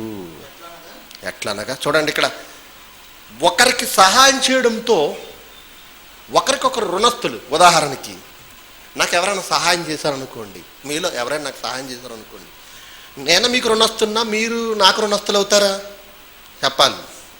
మీరు ఎవరైనా నాకు సహాయం చేశారండి, దేవుని పని నిమిత్తం అనుకుందాం, నాకు సొంతంగా అనుకుందాం, ఏదైనా సహాయం చేశారు, అప్పుడు నేను రుణస్థుని అవుతానా, మీరు రుణస్థులు అవుతారా? నాకు పుచ్చుకున్నవాడు రుణస్థులు అవుతాడు కదండి. కానీ ఇక్కడ రివర్స్ చూడండి. ఇక్కడ ఎలాగనగా, ఎట్లనగా అన్యజనులు వీరి ఆత్మ సంబంధమైన విషయములలో పాలువారై ఉన్నారు గనుక శరీర సంబంధమైన విషయంలో వీరికి సహాయం చేయబద్దులు. సహాయం చేయాలి ఖచ్చితంగా. యెరూషలేములోని సంఘం వలన ఆత్మ సంబంధమైన విషయాలు మీకు అందాయి. అకయ, మాసిదోనియ వారికి అందాయి. వారు అన్యజనులు. ఎప్పుడైతే యెరూషలేము సంఘం ద్వారా, యెరూషలేములో ఉన్న పరిశుద్ధుల ద్వారా దేవుని వాక్యము, ఆత్మ సంబంధమైన విషయాలు వెళ్ళాయో, ఆత్మ సంబంధమైన విషయాలను, వాక్యాన్ని విన్నవారు ఆత్మ సంబంధమైనది పుచ్చుకున్నారు కనుక శరీర సంబంధమైన సహాయం చేయడానికి వారికి బద్దులు అంటున్నాడు. అంటే వారికి నియమింపబడింది అంటున్నాడు. ఇప్పుడు చెప్పండి, వాక్యోపదేశము పొందువారు బోధించువానికి రుణస్థులు. ఏమండి, మీ కన్న తల్లిదండ్రులు మీకు వాక్యాన్ని చెప్పారా? చెబుతున్నారా? మీరు ఉద్యోగం చేస్తున్నారే, అక్కడ మీ మేనేజర్, మీ అధికారి లేదా మీ పై అధికారి మీకేమైనా ఆత్మ సంబంధమైన ఆహారాన్ని ఏమైనా పెడుతున్నాడా?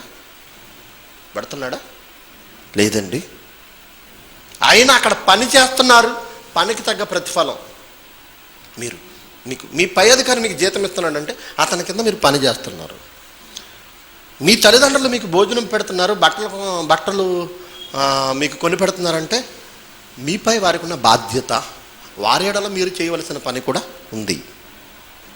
బాగా ఆలోచించండి దేవుని వాళ్ళారా. ఇప్పుడు మీకు ఆత్మీయ ఆహారం ఎవరు పెడుతున్నారు? ఎవరు గొప్ప? మీకు శరీరాన్ని పోషించుకోవడానికి పెట్టే భోజనం పెట్టే తల్లిదండ్రులు గొప్ప? ఆత్మను రక్షించే వాక్యం చెప్పే సేవకుడు గొప్ప? చెప్పండి, ఎవరు గొప్ప? నన్ను అడిగితే బోధకుడే గొప్ప తల్లిదండ్రుల కంటే. అందుకే నా తల్లిదండ్రుల కంటే గొప్పగా నాకు వాక్యం నేర్పించిన ఆయనను చూస్తానండి. అంటే ఎందుకు? నేను నరకానికి వెళ్ళిపోకుండా నా ఆత్మను రక్షించే ఎన్నో విషయాలు నా జీవితంలో నాకు చెప్పాడు ఆయన. మా నాన్న ఎప్పుడు నాకు వాక్యం చెప్పలేదు. ఎప్పుడు చదువు చదువు చదువు, బాగా చదవాలి, సంపాదించాలి, బాగా చదవాలి, ఉద్యోగం చేయాలి, బాగా చదవాలి, సంపాదించాలి, ఇదేనండి. ఈనాటికి మన తల్లిదండ్రులు, బంధువులు, స్నేహితులు అందరూ చెప్పేదేంటి? ఈ వయసులో 4 రాళ్ళు వెనక్కేసుకోవాలంటున్నారు వాళ్ళు. అంతేనా? కానీ ఇదిగో ఆత్మ సంబంధమైన ఆశీర్వాదాలు వెనక్కేసుకొని ఎవరు అంటలేదు. అలా వెనక్కేసుకోవాలంటే ఎవరికి రుణస్తులు ఒక్కసారి ఆలోచించండి. ఇప్పుడు బోధించేవానికి విశ్వాసులు, బోధించేవానికి శిష్యులు రుణస్తులే కదా? చెప్పండి, ఖచ్చితంగా రుణస్తులు. చాలామంది నాకు అప్పు తీసుకొచ్చారండి గత కాలం నుంచి ఇప్పటి వరకు కూడా దేవుని పని నిమిత్తం. వాళ్ళు అప్పిచ్చారు కదా, వారికి నేను రుణస్తుని కాదు సుమా. వాక్యాన్ని బట్టి అమ్మో ఈయనకి అప్పు ఇవ్వకూడదండి ఇలా మాట్లాడుతున్నాడు అనుకోకండి. వాక్యాన్ని బట్టి ఆలోచిస్తే ఆత్మ సంబంధమైన విషయాల్లో వినేవారు బోధకునికి రుణస్తులు. ఏమిచ్చి వారు రుణం తీర్చుకోగలను చెప్పండి? ఇంతటి మహాజ్ఞానాన్ని నేర్పించిన ఆయనకి ఏమిచ్చి నేను ఆ రుణం తీర్చుకోగలను చెప్పండి? నాయన విజయ్, నేను కాస్త పేద స్థితిలో ఉన్నాను నాయన, నీ కెమెరా నాకు ఇస్తావా అని అడిగారండి సుందర్రావు గారు. అదేంటడి ఎంత మాట? మీరు అడిగితే ఇవ్వకుండా ఉంటాను. వెంటనే అన్నాను. 2వ రోజు పట్టుకెళ్ళి ఇచ్చేసాను. 2,20,000 రూపాయలు ఒక కెమెరా. ఈరోజు జైశాలి ప్రసంగం మీరు చూస్తారు యూట్యూబ్లో, ఎంత క్లారిటీ ఉంటుందో మీకు తెలుసు. లైవ్ అంత క్లారిటీగా ఉందంటే కెమెరా అంత ఖరీదైన కెమెరా అంటది. ఈరోజు ఇది తుప్పు కెమెరా పెట్టుకున్నాం చూసారు, మన చిన్నది. ఇది కాదండి మన అసలు కెమెరా. దేవుని పిల్లలారా, ఆయనకి ఏమిచ్చి రుణం తీర్చుకోగలను చెప్పండి? నా ఆత్మను రక్షించే మహాజ్ఞానాన్ని నాకు తెలియజేశాడు. ఏమిస్తే రుణం తీర్చుకోగలను చెప్పండి? డాడీ మీరు ఏం అడిగినా నేను కాదండి డాడీ అన్నాను. అంతే. మీరు ప్రాణం అడగండి, ఇచ్చేయాలండి, అంతే. తీసేసుకో డాడీ, అంతే. ఎందుకు? ఈరోజు సమాజంలో నేను నిలబడ్డానికి ఆయన ఎంతటి మహాజ్ఞానాన్ని నాకు నేర్పించాడు కనుక. కనీసం చేసిన మేలు కూడా మర్చిపోయే దౌర్భాగ్యులు ఉన్నారండి సమాజంలో.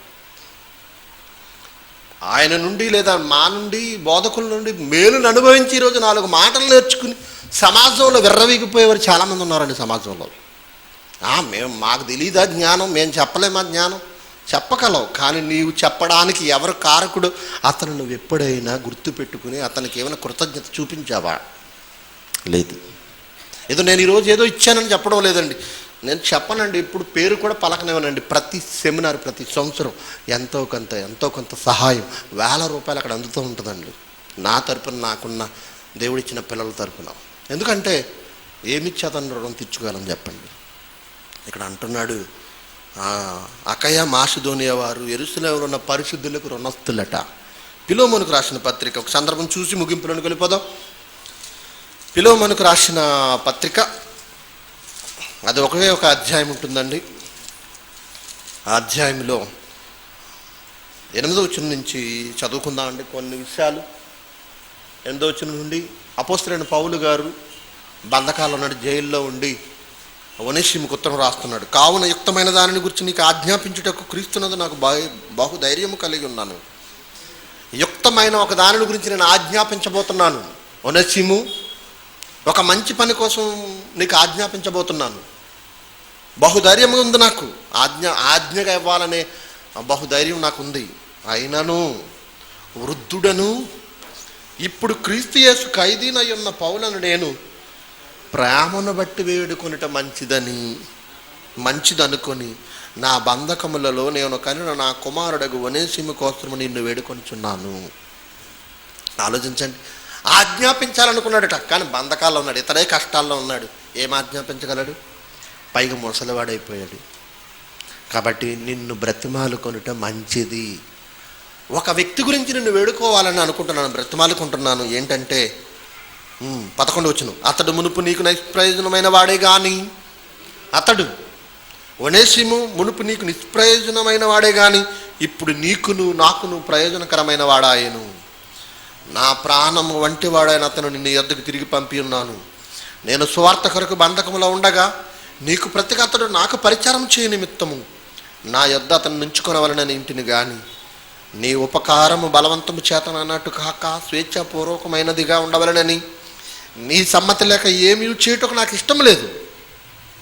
అతడిక మీదట దాసుడుగా ఉండక దాసుని కంటే ఎక్కువ వాడుగాను ప్రియ సహోదరుడుగాను విశేషముగా నాకును శరీర విషయమును ప్రభు విషయమును మరి విశేషముగా నీకును ప్రియ సహోదరుడుగా నీ యొద్ద ఎల్లప్పుడు ఉండుటకే కాబోలు అతడు కొద్ది కాలము నిన్ను ఎడబాసి ఉండెను.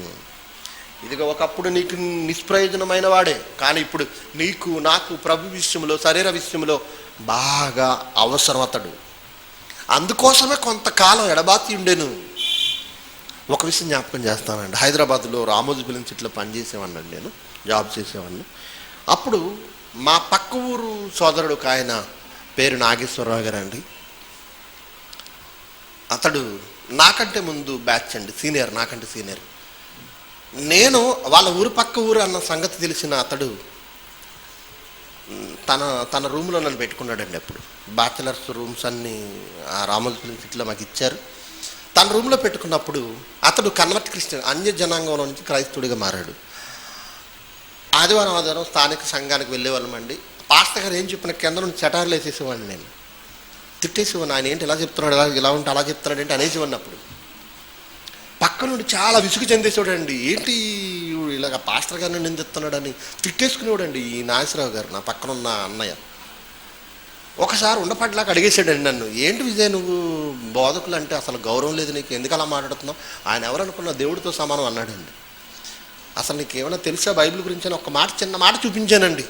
అవునా విజయ్ ఇలా ఉందా బైబిల్ అన్నాడండి. అంతేనండి, అప్పటి నుంచి సత్యవాక్యం కోసం పరుగులో పరుగులు. ఎక్కడ మీటింగ్ జరిగితే అక్కడ పరిగెట్టే వాళ్ళమండి.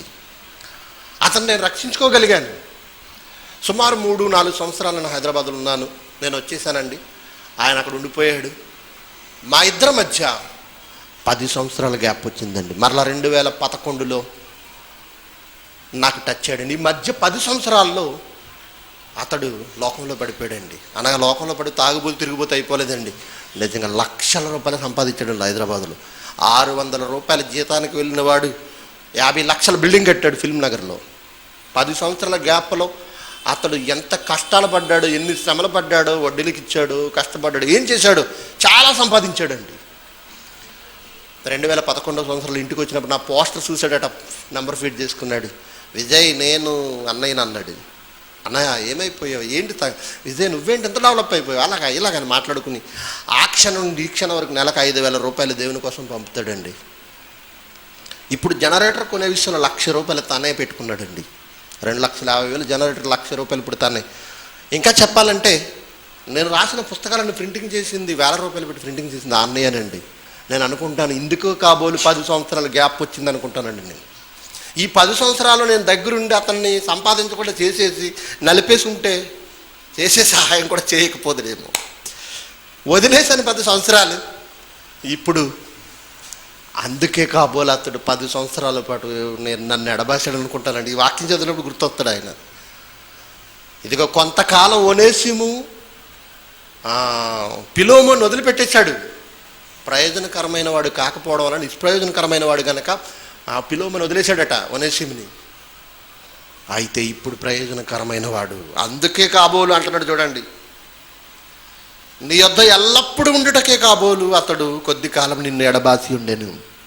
కాబట్టి నీవు నన్ను నీతో పాలువానిగించిన ఎడల 17వ వచనం నన్ను చేర్చుకున్నట్టు అతన్ని కూడా చేర్చుకో.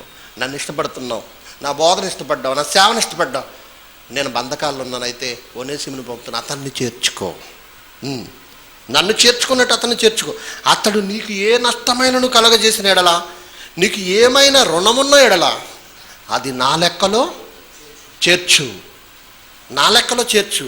పౌలను నేను నా స్వహస్తముతో ఈ మాట రాయిచున్నాను, అది నేనే తీరుస్తాను. నోటు రాస్తున్నాడు అన్నమాట. అతడు ఏదైనా నీకు నష్టం కలుగజేసిన అతనికి నువ్వు ఏదైనా ఖర్చు పెడితే నా లెక్కలో చేర్చు, నేనే తీరుస్తానని రాశాడండి.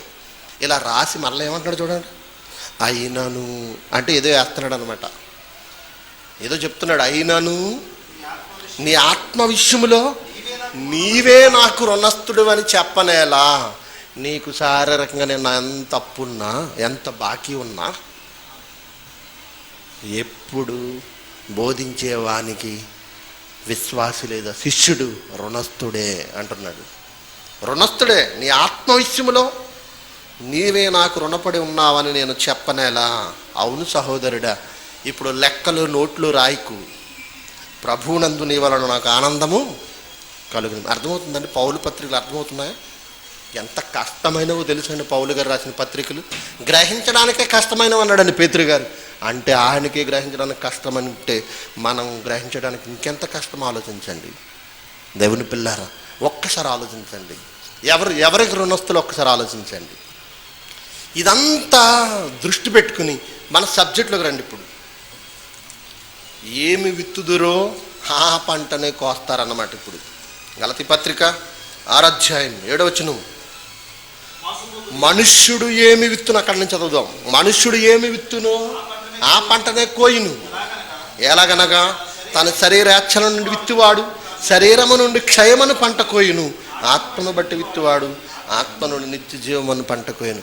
శరీరాన్ని బట్టి నువ్వు విత్తుతున్నావా? నువ్వు సంపాదించే ధనాన్ని దేని నిమిత్తం విత్తుతున్నావు? ఫ్రిడ్జ్ కొనుక్కోవాలనుకుంటున్నావా? వాషింగ్ మిషన్ కొనుక్కోవాలనుకుంటున్నావా? ఇల్లు కట్టుకోవాలనుకుంటున్నావా? అయితే శరీర సంబంధమైన పంటే నీకు వస్తుంది. అది నాశనం అన్నాడు. అదేంటి? నాశనం. చదువుదామండి 8వ వచనం. ఎలా అనగా తన శరీరేచ్ఛలను బట్టి విత్తువాడు తన శరీరము నుండి క్షయమని పంట కోయును, ఆత్మను బట్టి విత్తువాడు ఆత్మ నుండి నిత్య జీవమను పంట కోయును అంటున్నాడు. ఇక్కడ ఆలోచిస్తే ఎలాంటి సందర్భాన్ని గుర్తు చేస్తున్నాడు? ఇది ఆలోచించడానికి లేదా పరిశీలించడానికి చాలా కష్టతరమైనదండి, చాలా కష్టతరమైన విషయం. ఒకసారి చూద్దాం. శరీరేచ్ఛలను బట్టి విత్తువాడు అంటున్నాడు. శరీరేచ్ఛలను బట్టి విత్తువాడు. ఈ విషయం కూడా ఆలోచించడానికి లేదా అర్థం చేసుకోవడానికి చాలా కష్టంగా ఉంటుందండి. ఎంత కష్టంగా ఉంటుందంటే, శరీరేచ్ఛలు అనగానే ఈ శరీర సంబంధమైన పాపాలు లేదా అబద్ధము, దొంగతనము లేదా వ్యభిచారము ఇలాంటివన్నీ గుర్తొస్తాయండి. అర్థమవుతుందండి? నా మాటలు అర్థమవుతున్నాయి కదా? అయితే దేవుడు చెప్పిన ఆ మార్గం ఏంటి, దేవుడు చెప్పిన ఆలోచన ఏంటి అని మనం ఆలోచిస్తే, ఈ లోక సంబంధమైన పనులు కలిగి ఉన్నాం. విశ్వాసులు బోధకునిలా కాకుండా ఆయా ఉద్యోగాలు చేసుకునేవారు ఉన్నారు, ఆయా పనులు కలిగిన వారు ఉన్నారు, కష్టపడుతూ కూలి పని చేసుకునేవారు ఉన్నారు, చేతుర్తులు కలిగిన వారు ఉన్నారు, చిరుద్యోగులు ఉన్నారు, గవర్నమెంట్ ఉద్యోగులు ఉన్నారండి. వీళ్ళు అంటే విశ్వాసులుగా ఆయా పనులు చేసుకుంటూ మీరుండి మీ జీవనోపాధి గడుపుతున్నారు కదా. గడుపుతున్న మీరు ఏ విత్తనం విత్తుతున్నారు, దేనికోసం మీరు ఖర్చు పెడుతున్నారు అని అంటే, ఎక్కువ శాతం ఈ లోక సంబంధమైన ఈ శరీర సంబంధమైన విషయాల కోసం ఎక్కువ ఆలోచిస్తామండి మనం. ఈరోజు సమాజంలో చాలామంది బోధకులు నాతో చెప్పిన మాటలు ఏంటంటే, కనీసం సంఘంలో దశంభాగం కూడా ఈ కాలంలో ఎవరు తీయడం లేదండి అంటున్నారు. ఒకవేళ బలవంతంగా అడుగుదామంటే సంఘం మానేస్తున్నారట. ఎందుకమ్మా మీరు దశంభాగం తీయడం లేదని? ఏమండి అక్కడ అదన్నా ఉంది, ఇక్కడ ఏదీ లేదు. ఇస్తారు లేకపోతే లేదు, అంతా గాల్లో దీపం. ఆకాశం వైపు చూడాలి, కాకుల ద్వారా దేవుడు ఏం పంపిస్తాడా అని. బయట సంఘాలు దశంభాగం మనం డిమాండ్ చేసి అడగడానికి, ఇక్కడ అది కూడా లేదు కదండి. పాస్టర్లు చాలామంది బాధపడ్డారండి నా దగ్గర, దశంభాగం కూడా సరిగా తీయని పరిస్థితులు. విశ్వాసాలను అడిగితే ఎన్నో అవసరతలండి, సరిపోవడం లేదండి జీతం. అంటే విశ్వాసులు ఎలా ఆలోచిస్తున్నారన్నమాట, ముందు మా ఇంటి అవసరతలు, జీతం రాగానే ఇంటి అద్దె, పాలు bill, cable bill, current bill, పిల్లల ఫీజులు, ఇంకా తిండి. ఏం మిగిలింది చివరికి? ఒక 200 మిగిలా. 20,000 జీతంలో ఎంత మిగిలా? 200 మిగిలా. అవి దేవునికి ఇచ్చేద్దాం. ఒకవేళ దశంభాగం రూపంలో చూసుకుని ఎంత ఇవ్వాలి? 20,000కి 2,000 ఇవ్వాలి కదండి. అసలు మామూలుగా ఆలోచిస్తే నేను డబ్బుల కోసం మాట్లాడడం, మీరు నాకు ఇవ్వండి అని చెప్పడం కోసం మాట్లాడడం లేదండి. ఇప్పుడు ఎలా విత్తుతున్నారంటే వీళ్ళ కష్టాన్ని ముందు తమ ఇంటి అవసరతలన్నిటికీ విత్తుతున్నారు. మంచిదే, మీరు బ్రతకొద్దు అనడం లేదు, మీ కష్టాన్ని మీరు ఉపయోగించుకోవద్దు అనడం లేదు. నేను అనేది ఏంటంటే, దేవుని వాక్యాన్ని బట్టి చెప్పేది ఏంటంటే, మీరు ఏ విత్తనం విత్తుతారో ఆ పంటే కోస్తారు. ఏ పంటది? క్షయమను పంట. శరీరాచలను బట్టి విత్తుడు అంటే శరీర సంబంధమైన విషయాల కోసం నువ్వు ఖర్చు పెడితే క్షయమనే పంట కోస్తావు. అయితే ఆత్మను బట్టి విత్తువాడు, అనగా ఆత్మ సంబంధమైన విషయాల కోసం నువ్వు ఖర్చు పెడితే, విత్తితే ఆత్మ సంబంధమైన ఫలాలను నువ్వు కోస్తావు. అందుకే అంటాడు, కొరింథీయులకు రాసిన 2వ పత్రిక 9వ అధ్యాయము 6వ వచనం చూడండి దేవుని వర్లారా. కొరింథీయులకు రాసిన 2వ పత్రిక 9వ అధ్యాయము 6వ వచనం. కొంచెముగా విత్తువాడు కొంచెముగా పంట కోయును, సమృద్ధిగా విత్తువాడు సమృద్ధిగా పంట కోయను అని ఈ విషయమై చెప్పవచ్చు. నువ్వెంత విత్తుతావో అంత పంట కోస్తావు. ఏంటది? పరలోక స్వాస్థ్యం కోసం నీ కష్టాన్ని వెచ్చిస్తావా? అయితే పరలోక సంబంధమైన ఆశీర్వాదం, పరలోక స్వాస్థ్యం అది నిత్య జీవం అన్నాడు, నిత్యం ఉంటుందన్నాడు, నిత్య స్వాస్థ్యం అన్నాడు. మరి శరీరాన్ని బట్టి విత్తేది క్షయమని పంట. ఇప్పుడు దేని నిమిత్తం ఎవరు ఎక్కువ ఖర్చు పెడతారో చెప్పండి? సమాజంలో మనుషులు, ముఖ్యంగా విశ్వాసులు దేని నిమిత్తం ఖర్చు పెడతారు ఎక్కువ? చెప్పండి. దేని నిమిత్తం ఖర్చు పెడతారు? ఈ శరీర సంబంధమైన విషయాల కోసమే ఎక్కువ ఖర్చు పెడతారు. ఇదిగో దేవుని పని విస్తారంగా ఉంది కదా, దాని నిమిత్తం మనం నోరు కార్చుకుందాం, దాని నిమిత్తం మన కడుపు మార్చుకుందాం, దాని నిమిత్తం అది జరగడం కోసం మన కష్టాన్ని వెచ్చిద్దాం అన్నవారు ఉండరండి. ఎక్కువ శాతం ఈ సమాజంలో మనుషులు ఎలా ఉన్నారంటే, ముందు వారి అవసరతలు తీరాలి, తర్వాత దేవుడు. అప్పుడప్పుడు అనుకుంటానండి, కానుకలు పట్టడం కూడా మంచిది కదా అనుకుంటానండి. కానుక పెట్టే బైబిల్లో సంఘం అంతా కానుకలు వేశారు, కానుక పెట్టి ఉంది కనుక నేను ఆలోచించాను తప్ప అసలు ఈ విషయం కూడా చాలా బాధ అనిపిస్తుందండి. ఎందుకంటే దేవుని దగ్గరికి వచ్చేసరికి చిల్లర అనేది వస్తుందండి. కొన్ని సంఘాల్లో పడతారు కదండి, ఒక కర్రకి ఒక సంచి ఉంటుంది, క్లాత్తో కుట్టింది పడతా ఉంటారు, సందా సంచి. అంటే దేవుణ్ణి ఎలా చూశారంటే, అడుక్కునేవాడు ఎలాగైతే అందరి దగ్గరికి వెళ్ళి అడుక్కుంటాడో అలా సందా పడతారు. అలాగే కానుక పెట్టే దగ్గరకు వచ్చేసరికి కనీసం కలిగినంత కూడా వేయరు. పేద విధవరాలు ధనవంతుల గురించి ఆలోచిస్తే, ఒక పేద విధవరాలు తన కలిగినదంతా వేసిందంట అందులో. దేని నిమిత్తం? ఏమండి, చాలామంది ఈ సత్యవాక్యంలోకి వచ్చిన తర్వాత కష్టాలు ఎక్కువ చెప్తారండి. ఆ నామకార్థ సంఘాల్లో ఉన్నప్పుడు మాత్రం బాగా దోచిపెట్టారండి. కానీ ఇక్కడికి వచ్చిన తర్వాత అందరు కష్టాలు స్టార్ట్ అవుతాయి. ఎందుకు? దేవుని పని వచ్చేసరికి ఎందుకు కష్టాలు స్టార్ట్ అవుతాయి? అక్కడ ఉన్నప్పుడు అక్కడ ఏ కష్టం తెలియలేదండి. ఇక్కడికి వచ్చేసరికి దేవుని పని అంటే వెనక్కుంటాం. ముఖ్యంగా బోధకుల విషయంలో ఆలోచించండి దేవుని వాళ్ళారా. ఇంత మహాజ్ఞానం దేవుడు సుందరరావు గారి ద్వారా మాకు నేర్పించాడు.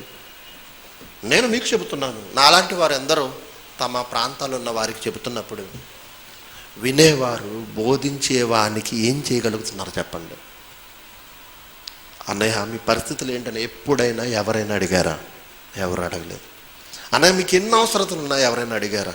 అడగలేదు. నా గురించి చెప్పడం లేదని ఈ మాటలు ప్రపంచవ్యాప్తంగా వింటున్నారు కనుక వాళ్ళందరికీ గుర్తు చేస్తున్నా, మీ బోధకునికి ఏది అవసరమో అది చూచే విశ్వాసులు ఉన్నారా?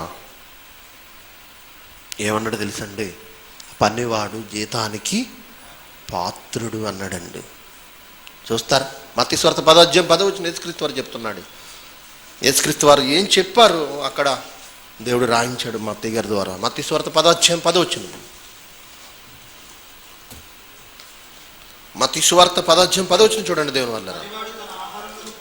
పనివాడు తన ఆహారమునకు పాత్రుడు. శిష్యులను పంపిస్తాన్నాడు. మీరు పనికి వెళ్తున్నారు, సువార్త పనికి వెళ్తున్నారు, ఆహారానికి మీరు పాత్రులు గనుక ఎవరు మిమ్మును చేర్చుకుంటారో ఆయంట బస చేయండి, ఎవరు చేర్చుకోరో వాళ్ళ కొంపకెళ్ళొద్దు అన్నాడు. అక్కడ కింద చదువుతుంది అదేనని అర్థం. ఎవరు మిమ్మల్ని చేర్చుకుంటారో వాళ్ళ ఇంటిలో మీరు బస చేయండి, దేవుడు వారి ద్వారా మిమ్మల్ని పోషిస్తాడు. సారేపతని ఊరిలో ఒక పేద విధవరాలితో ఏలియాను పోషించాడు. ఆమె చేర్చుకుంది, దేవుని మాటను బట్టి, ప్రవక్త మాటను నమ్మి చేర్చుకుంది. ఆమె జీవితాంతం తొట్టులో పిండి అవ్వలేదట, బుడ్డిలో నూనె అవ్వలేదట. అవునంటారా కాదంటారా? ఏమండి, నా కోసం చెప్తున్నాను అనుకోకండి, సందర్భాలను గుర్తు చేస్తున్నానండి. అలాగే ప్రవక్తను చేర్చుకునేవాడు ప్రవక్త ఫలము పొందును, నీతిమంతుని చేర్చుకునేవాడు నీతిమంతుని ఫలము పొందును. ఎవడు ఈ చిన్నవారిలో గిన్నెడు చన్నీళ్ళు ఇస్తారో వారు తమ ఫలము పోగొట్టుకున్నారని మీతో నిశ్చయముగా చెప్పుచున్నాను అంటున్నాడు యేసుక్రీస్తు. ఇదే పదాధ్యాయం కంటిన్యూషన్ మీరు చదువుకుంటూ వెళ్ళిపోతే ఆలోచించండి. అలాగే పౌలు గారు కూడా తిమోతికి ఒక మాట చెప్తున్నాడు, చూడండి, అది కూడా చదివి ముగిద్దాం. తిమోతికి రాసిన మొదటి పత్రిక 5వ అధ్యాయం 17-18 వచనాలు చూడండి దేవుని వాళ్ళారా. తిమోతికి రాసిన మొదటి పత్రిక 5వ అధ్యాయం 17-18 వచనాలు. బాగుగా పాలన చేయు పెద్దలను, విశేషముగా వాక్యమందును ఉపదేశమందును ప్రయాసపడు వారిని రెట్టింపు సన్మానమునకు పాత్రులుగా, విశేషముగా వాక్యమందును ఉపదేశమందును ప్రయాసపడే వారిని. ఎవరు ప్రయాసపడుతున్నారు? ఈరోజు సత్యవాక్యాన్ని ప్రకటించే ఎంతోమంది సేవకులు ఉన్నారండి, ప్రిన్సిపాల్స్. కొంతమంది ఉద్యోగాలు చేసుకుంటారండి, వాళ్ళకి ఏ నొప్పి లేదు, చక్కగా హాయిగా ఉద్యోగాలు చేసుకుంటే ఎదురు పెట్టుబడి వాళ్ళే పెడతారు అవసరం అనుకుంటే. మరి ఉద్యోగం లేని సేవ మీద ఆధారపడి, దేవుని మీద ఆధారపడి బ్రతికేవాడి పరిస్థితి ఏంటి? నాలాంటి వాడి పరిస్థితి ఏంటి చెప్పండి. కొంతమంది కోఆర్డినేటర్స్ ఆటోలు తోలుకుంటున్నారు, వ్యాపారాలు పెట్టుకున్నారు, బిజినెస్లు చేసుకున్నారు, వడ్డీ వ్యాపారాలు చేసుకుంటున్నారు. వాళ్ళ బలం ఏంటి? వాళ్ళ బాహుబలం, వాళ్ళ ధనబలం, వాళ్ళ భుజబలం. మరి మన బలం ఏంటి? దైవ బలం. ఇలాంటి వారు ఎందరో ఉన్నారండి. ఒక సోదరుడు అంటున్నాడు, ఒక ప్రిన్సిపల్, నా తోటి ప్రిన్సిపల్ నన్ను అడిగాడండి, విజయ్ నేను ఏదో ఒక జాబ్లో జాయిన్ అవుదాం అనుకుంటున్నాను అన్నాడండి. ఏ అన్న ఎందుకు అలాంటి పరిస్థితులు అని అంటే, చాలా ఇబ్బందులు విజయ్ ఇంట్లో. అన్నయ్య భరించండి, మీరు ఉద్యోగానికి వెళ్తే సేవ చేయలేరు, వాక్యం చెప్పలేరు, దృష్టి అంతా దాని మీదే ఉంటుంది, అలసిపోతారు, వాక్యం గురించి ఆలోచించలేరు అని చెప్పినప్పుడు మరి వినలేదండి, మొత్తానికి జాయిన్ అయ్యాడండి. 20 రోజులు పోయిన తర్వాత ఫోన్ చేశాడండి మరలా నాకు. ఫోన్ చేసి, విజయ్ నువ్వు చెప్పింది నిజమే, పనికి వెళ్ళి వస్తున్నాను, సాయంత్రం అవి వాక్యం చదివేసరికి నిద్ర వచ్చేస్తుంది, ఆలోచించలేకపోతున్నాను, క్లాసులు సరిగా చెప్పలేకపోతున్నాను, వాక్యం సరిగా వివరించలేకపోతున్నాను, అలసట, రేపటి రోజు పని గురించి ఆలోచన తప్ప దేవుని వాక్యం మీద లేదు అన్న. చెప్పాను కదన్నా అన్న. అవును విజయ్, కష్టమైన నష్టమైన భరిస్తాను, నువ్వు చెప్పింది రైట్, బోధించే బోధకుడు ఏ పని పెట్టుకున్నా సేవ సరిగా చేయలేడు, ప్లీజ్ నువ్వు ఏ విధంగా అయితే సమాజంలోకి వెళ్ళావు నాకు కూడా హెల్ప్ చేయని అడిగాడండి. తప్పనిసరిగా అన్నయ్య మీరు కూడా సమాజానికి కనపడాలి అని నేను అడిగాను. దేవుని వాళ్ళ ఒక్కసారి ఆలోచించండి. పని కలిగి, లోకంలో పని కలిగి సేవ చేస్తే వాక్యాన్ని సరిగా చెప్పలేమండి, ఆలోచించలేము. ఎప్పుడు లోక సంబంధమైన విషయాల మీదే ఉంటుంది. ఎంతోమంది ప్రిన్సిపల్స్, ఎంతోమంది కోఆర్డినేటర్స్ కష్టాల్లో ఉన్నారండి. ఉద్యోగం చేసేవారికి ఏ నొప్పి లేదు. చాలామంది ఉద్యోగం వచ్చేదాకా పట్టుబడవకుండా ఉద్యోగ ప్రయత్నాలు చేసిన వారు లేకపోలేదండి. అందుకే నేను అంటాను, ఉద్యోగం చేస్తూ సేవ చేయడం అనేది అది సంపూర్ణ సేవ అనిపించుకోదండి. సేవలో ఉన్న భారం తెలియదు, సేవలో ఉన్న బాధ్యత తెలియదు, సేవలో ఉన్న కష్టం తెలియదు, దేవుని కోసం శ్రమ పడవలసిన శ్రమ తెలియదు. ఒకవేళ అలాగనుకుంటే ఏమంటారు తెలుసా అండి, అపోస్తలుడైన పౌలు గారు డేరాలు కుట్టుకుని సేవ చేయలేదు అంటున్నారు. జీవితాంతం డేరాలు కుట్టుకున్నాడు ఆయన. ఇన్ని దేశాల్లో అన్ని ప్రాంతాల సంఘాలు ఎలా స్థాపించుంటాడు డేరాలు కుట్టుకుని ఉంటే? ఒక ప్రాంతానికి వెళ్ళాడు, ఆ ప్రాంతంలో అకుల ప్రిస్కిల్లా అనే ఒక జంట ఉంది, వాళ్ళ వృత్తికి డేరాలు కుట్టేవారు కనుక వాళ్ళకి భారం కాకుండా ఆ ఉన్న 2-3 రోజులు డేరాలు కుట్టాడు. జీవితాంతం డేరాలు కుట్టుకుని బతికినట్టు చెప్తారండి అందరూ. లేదండి, ఇక్కడ అంటున్నాడు, విశేషముగా వాక్యమందును ఉపదేశమందును ప్రయాసపడి వారిని రెట్టింపు సన్మానమునకు, 1 తిమోతి 5:17 రెట్టింపు సన్మానమునకు పాత్రులుగా. ఏం చెప్పాలి? రెట్టింపు సన్మానం అంటే 2 సాలువాలు ఏమని కాదు, 4 దండలు ఏమని కాదు. సన్మానం అనగానే మనకేం గుర్తొస్తుందండి? ఒక సాలువా కప్పేసి దండేయడం, ఇది కాదండి సన్మానం. కింద చెప్తున్నాడు, ఇందుకు నూర్చెడు ఎద్దు మూతికి చిక్కము వేయవద్దు అని లేఖనము చెప్పుచున్నది. మరియు పనివాడు జీతమునకు పాత్రుడు. ఇక్కడ కూడా పౌలు గారు ఏం చెప్తున్నాడు చూడండి. ఒకప్పుడు నేను ప్రారంభ పాఠం చెప్పాను, సువార్తను ఉచితముగా ప్రకటించుటయే నా జీతం అన్నాను, అదే నా కొంప ముంచిన తిమోతి. ఇప్పుడు నువ్వు ఏం చెప్తావంటే విశ్వాసులకి, ఎవరైతే వాక్యమందును ఉపదేశమందును ప్రయాసపడుతున్నారో వాళ్ళని రెట్టింపు సన్మానమునకు, అనగా వాళ్ళ చేసే పనికి రెట్టింపు ప్రతిఫలం ఇవ్వండి అని చెప్పు అంటున్నాడు. అర్థమైందండి లేదా? చాలామంది దొంగలు ఉన్నారు సమాజంలో. విశ్వాసులను దోచుకుని వారి గుండుగులో వేసుకుని వారి కడుపు నింపుకుని ఆస్తులు కూడా పెట్టుకున్న వారు ఎందరో దొంగలు ఉన్నారు. అలాంటి వారు కాదండి సత్యవాక్యాన్ని ప్రకటించేవారు. కష్టమైన, నష్టమైన, వ్యాధైన, బాధ అయినా, ఆర్థిక ఇబ్బందులైన దేవుని కోసమే బ్రతకాలి, దేవుని పని చేయాలి, ఏ పని ఆపకూడదని కంకణం కట్టుకున్న వారు సత్యవాక్యాన్ని ప్రకటించే బోధకులు. అలాంటి వారికి మనం ఏం చేయాలి? ఎలా సహకరించాలి? ఏమిచ్చి వారు రుణం తీర్చుకోవాలి చెప్పండి. ఈరోజు బైబిల్ ఓపెన్ యూనివర్సిటీలో ఎంతోమంది బోధకులు పేదవారు ఉన్నారంటే మీరు నమ్ముతారా? చాలామంది పేదవారు ఉన్నారండి. వాళ్ళని ఎవరు పోషిస్తారండి? ఎవరు పోషిస్తారు? చాలామంది అన్నారు వీళ్ళకి ఆయన జీతాలు ఇస్తారండి. జీతాలా ఏమన్నానా? మేము తిరిగి ఇవ్వాలి, జీతాలు ఏమి ఉండవు అక్కడ. అదిగా ఆ సంస్థల నుండి జీతాలు ఇస్తారండి, అలాగే వీళ్ళకి కూడా ఇస్తున్నారండి. తప్పుడు మాట అండి. సుందర్రావు గారు మాకు, ముఖ్యంగా నాకు ఏ జీతమో ఇవ్వడం లేదు. అవసరమైతే ఎంతో కొంతనైనా ఇచ్చినా సరిపోని విధంగా పనులు ఉన్నాయి అక్కడ. మరి అలాంటప్పుడు ఈ సేవను చేతపడి, ఇదేమన్నా ఆశీర్వాదాలు వచ్చే సేవ అండి? మీకు ఇష్టమైన మాటలు చెప్పి మీ చేత ఇప్పించుకునే బోధ ఏమన్నా? ఎందుకు ఇవ్వరా అని అడిగే బోధ. ఏంటంటే ఆయన అలా అడుగుతున్నాడు, బతిమాలుకోరు కానీ అంటారు మీరు. అంటే బోధ కూడా ఎటువంటిదంటే ఎవరు సహాయం చేయకూడదురా అనే విధంగా ఉంటుంది బోధ. అలాంటి సత్యవాక్యాన్ని చేతబట్టుకుని సువార్తను ప్రకటించే బోధకులు ఎందరో ఉన్నారు. వాళ్ళందరూ చాలా కష్టాలు పడుతున్నారు, చాలా ఇబ్బందులు పడుతున్నారు. ఎందుకో తెలుసా? వారు జల్సాలు చేయడానికి కాదు, కుటుంబంతో పాటు ఎంజాయ్ చేయడానికి కాదు, దేవుని పని కోసం చాలా ప్రయాసపడుతున్నారు, సువార్తను ప్రకటించడానికి చాలా ప్రయాసపడుతున్నారు. అలాంటి వారికి మనం ఎలా సహాయం చేయగలుగుతున్నాం? మీరు ఎలా సహాయం చేయడానికి సిద్ధపడుతున్నారు? ఒక్కసారి ఆలోచించండి. విజయ్ కుమార్కి ఏదో వచ్చేస్తున్నాను అనుకోవద్దండి. నిజంగా దేవుని వల్ల నేను ఒక్కటే బాధపడతాను. నా ఆలోచన విని, నా ప్రణాళిక విని, ప్రసంగాలు నేను చెప్పిన మాటలు విని ప్రపంచవ్యాప్తంగా ఉన్న ఎందరో పరోక్షంగా నన్ను వెంబడిస్తున్న వారు నాకు సహాయకులుగా నిలిచారండి. దగ్గరున్న వాళ్ళు ఎవ్వరూ నాకు సహాయకులుగా నిలవలేదండి. అదే నేను పడుతున్న బాధ. ఇప్పటికీ నేను పడుతున్న బాధ. ప్రపంచవ్యాప్తంగా ఇన్ని వేల రూపాయలు దేవుని పనిముట్లు కొనడానికి ఎందరో సహాయం చేశారు. దగ్గరున్న నా పిల్లలు నిత్యము నా వాక్యం వినే నా విశ్వాసులు, నన్ను వెంబడించి నేను తయారు చేయబోయే శిష్యులు నాకు ఏ రకంగా సహాయపడ్డారు అని నేను ఎప్పుడు బాధపడుతూ ఉంటానండి. దేవుని వాళ్ళారా, ఒక్కసారి ఆలోచించండి. ప్రపంచవ్యాప్తంగా అందరూ స్పందిస్తున్నారు. దగ్గరున్న మీరు దేవుని కోసం ఏం స్పందించగలుగుతున్నారు చెప్పండి? ఒకసారి ఆత్మవిమర్శ చేసుకోండి. వాక్యోపదేశము పొందువారు ఉపదేశించు వారికి సమస్త సద్విషయములలో పాలివారై ఉండాలి. ఉన్నారా లేదో ఆలోచించుకోండి. తల్లో ఉంచని ప్రార్థన చేసుకుందాం. మహాపరిశుద్ధుడ మా కన్న తండ్రి, మీ పిల్లలకి మేము మాటలు చెప్పాను. శరీరానుసారమైన పంట కోయడానికి మీ పిల్లలు సిద్ధపడుతున్నారా? ఆత్మానుసారమైన పంట కోయడానికి మీ పిల్లలు సిద్ధపడుతున్నారా? ఇప్పటివరకు వారి జీవితాలు ఎలా ఉన్నాయి? ప్రతి ఒక్కరూ ఆత్మవిమర్శ చేసుకుని కృపనివ్వండి. ఈరోజు మీ పని నిమిత్తం నేను పడే ప్రయాస ప్రపంచవ్యాప్తంగా అందరూ చూస్తున్నారు. దగ్గరున్న మీ పిల్లలు గమనిస్తున్నారు. వారిలో చలనం రావాలి.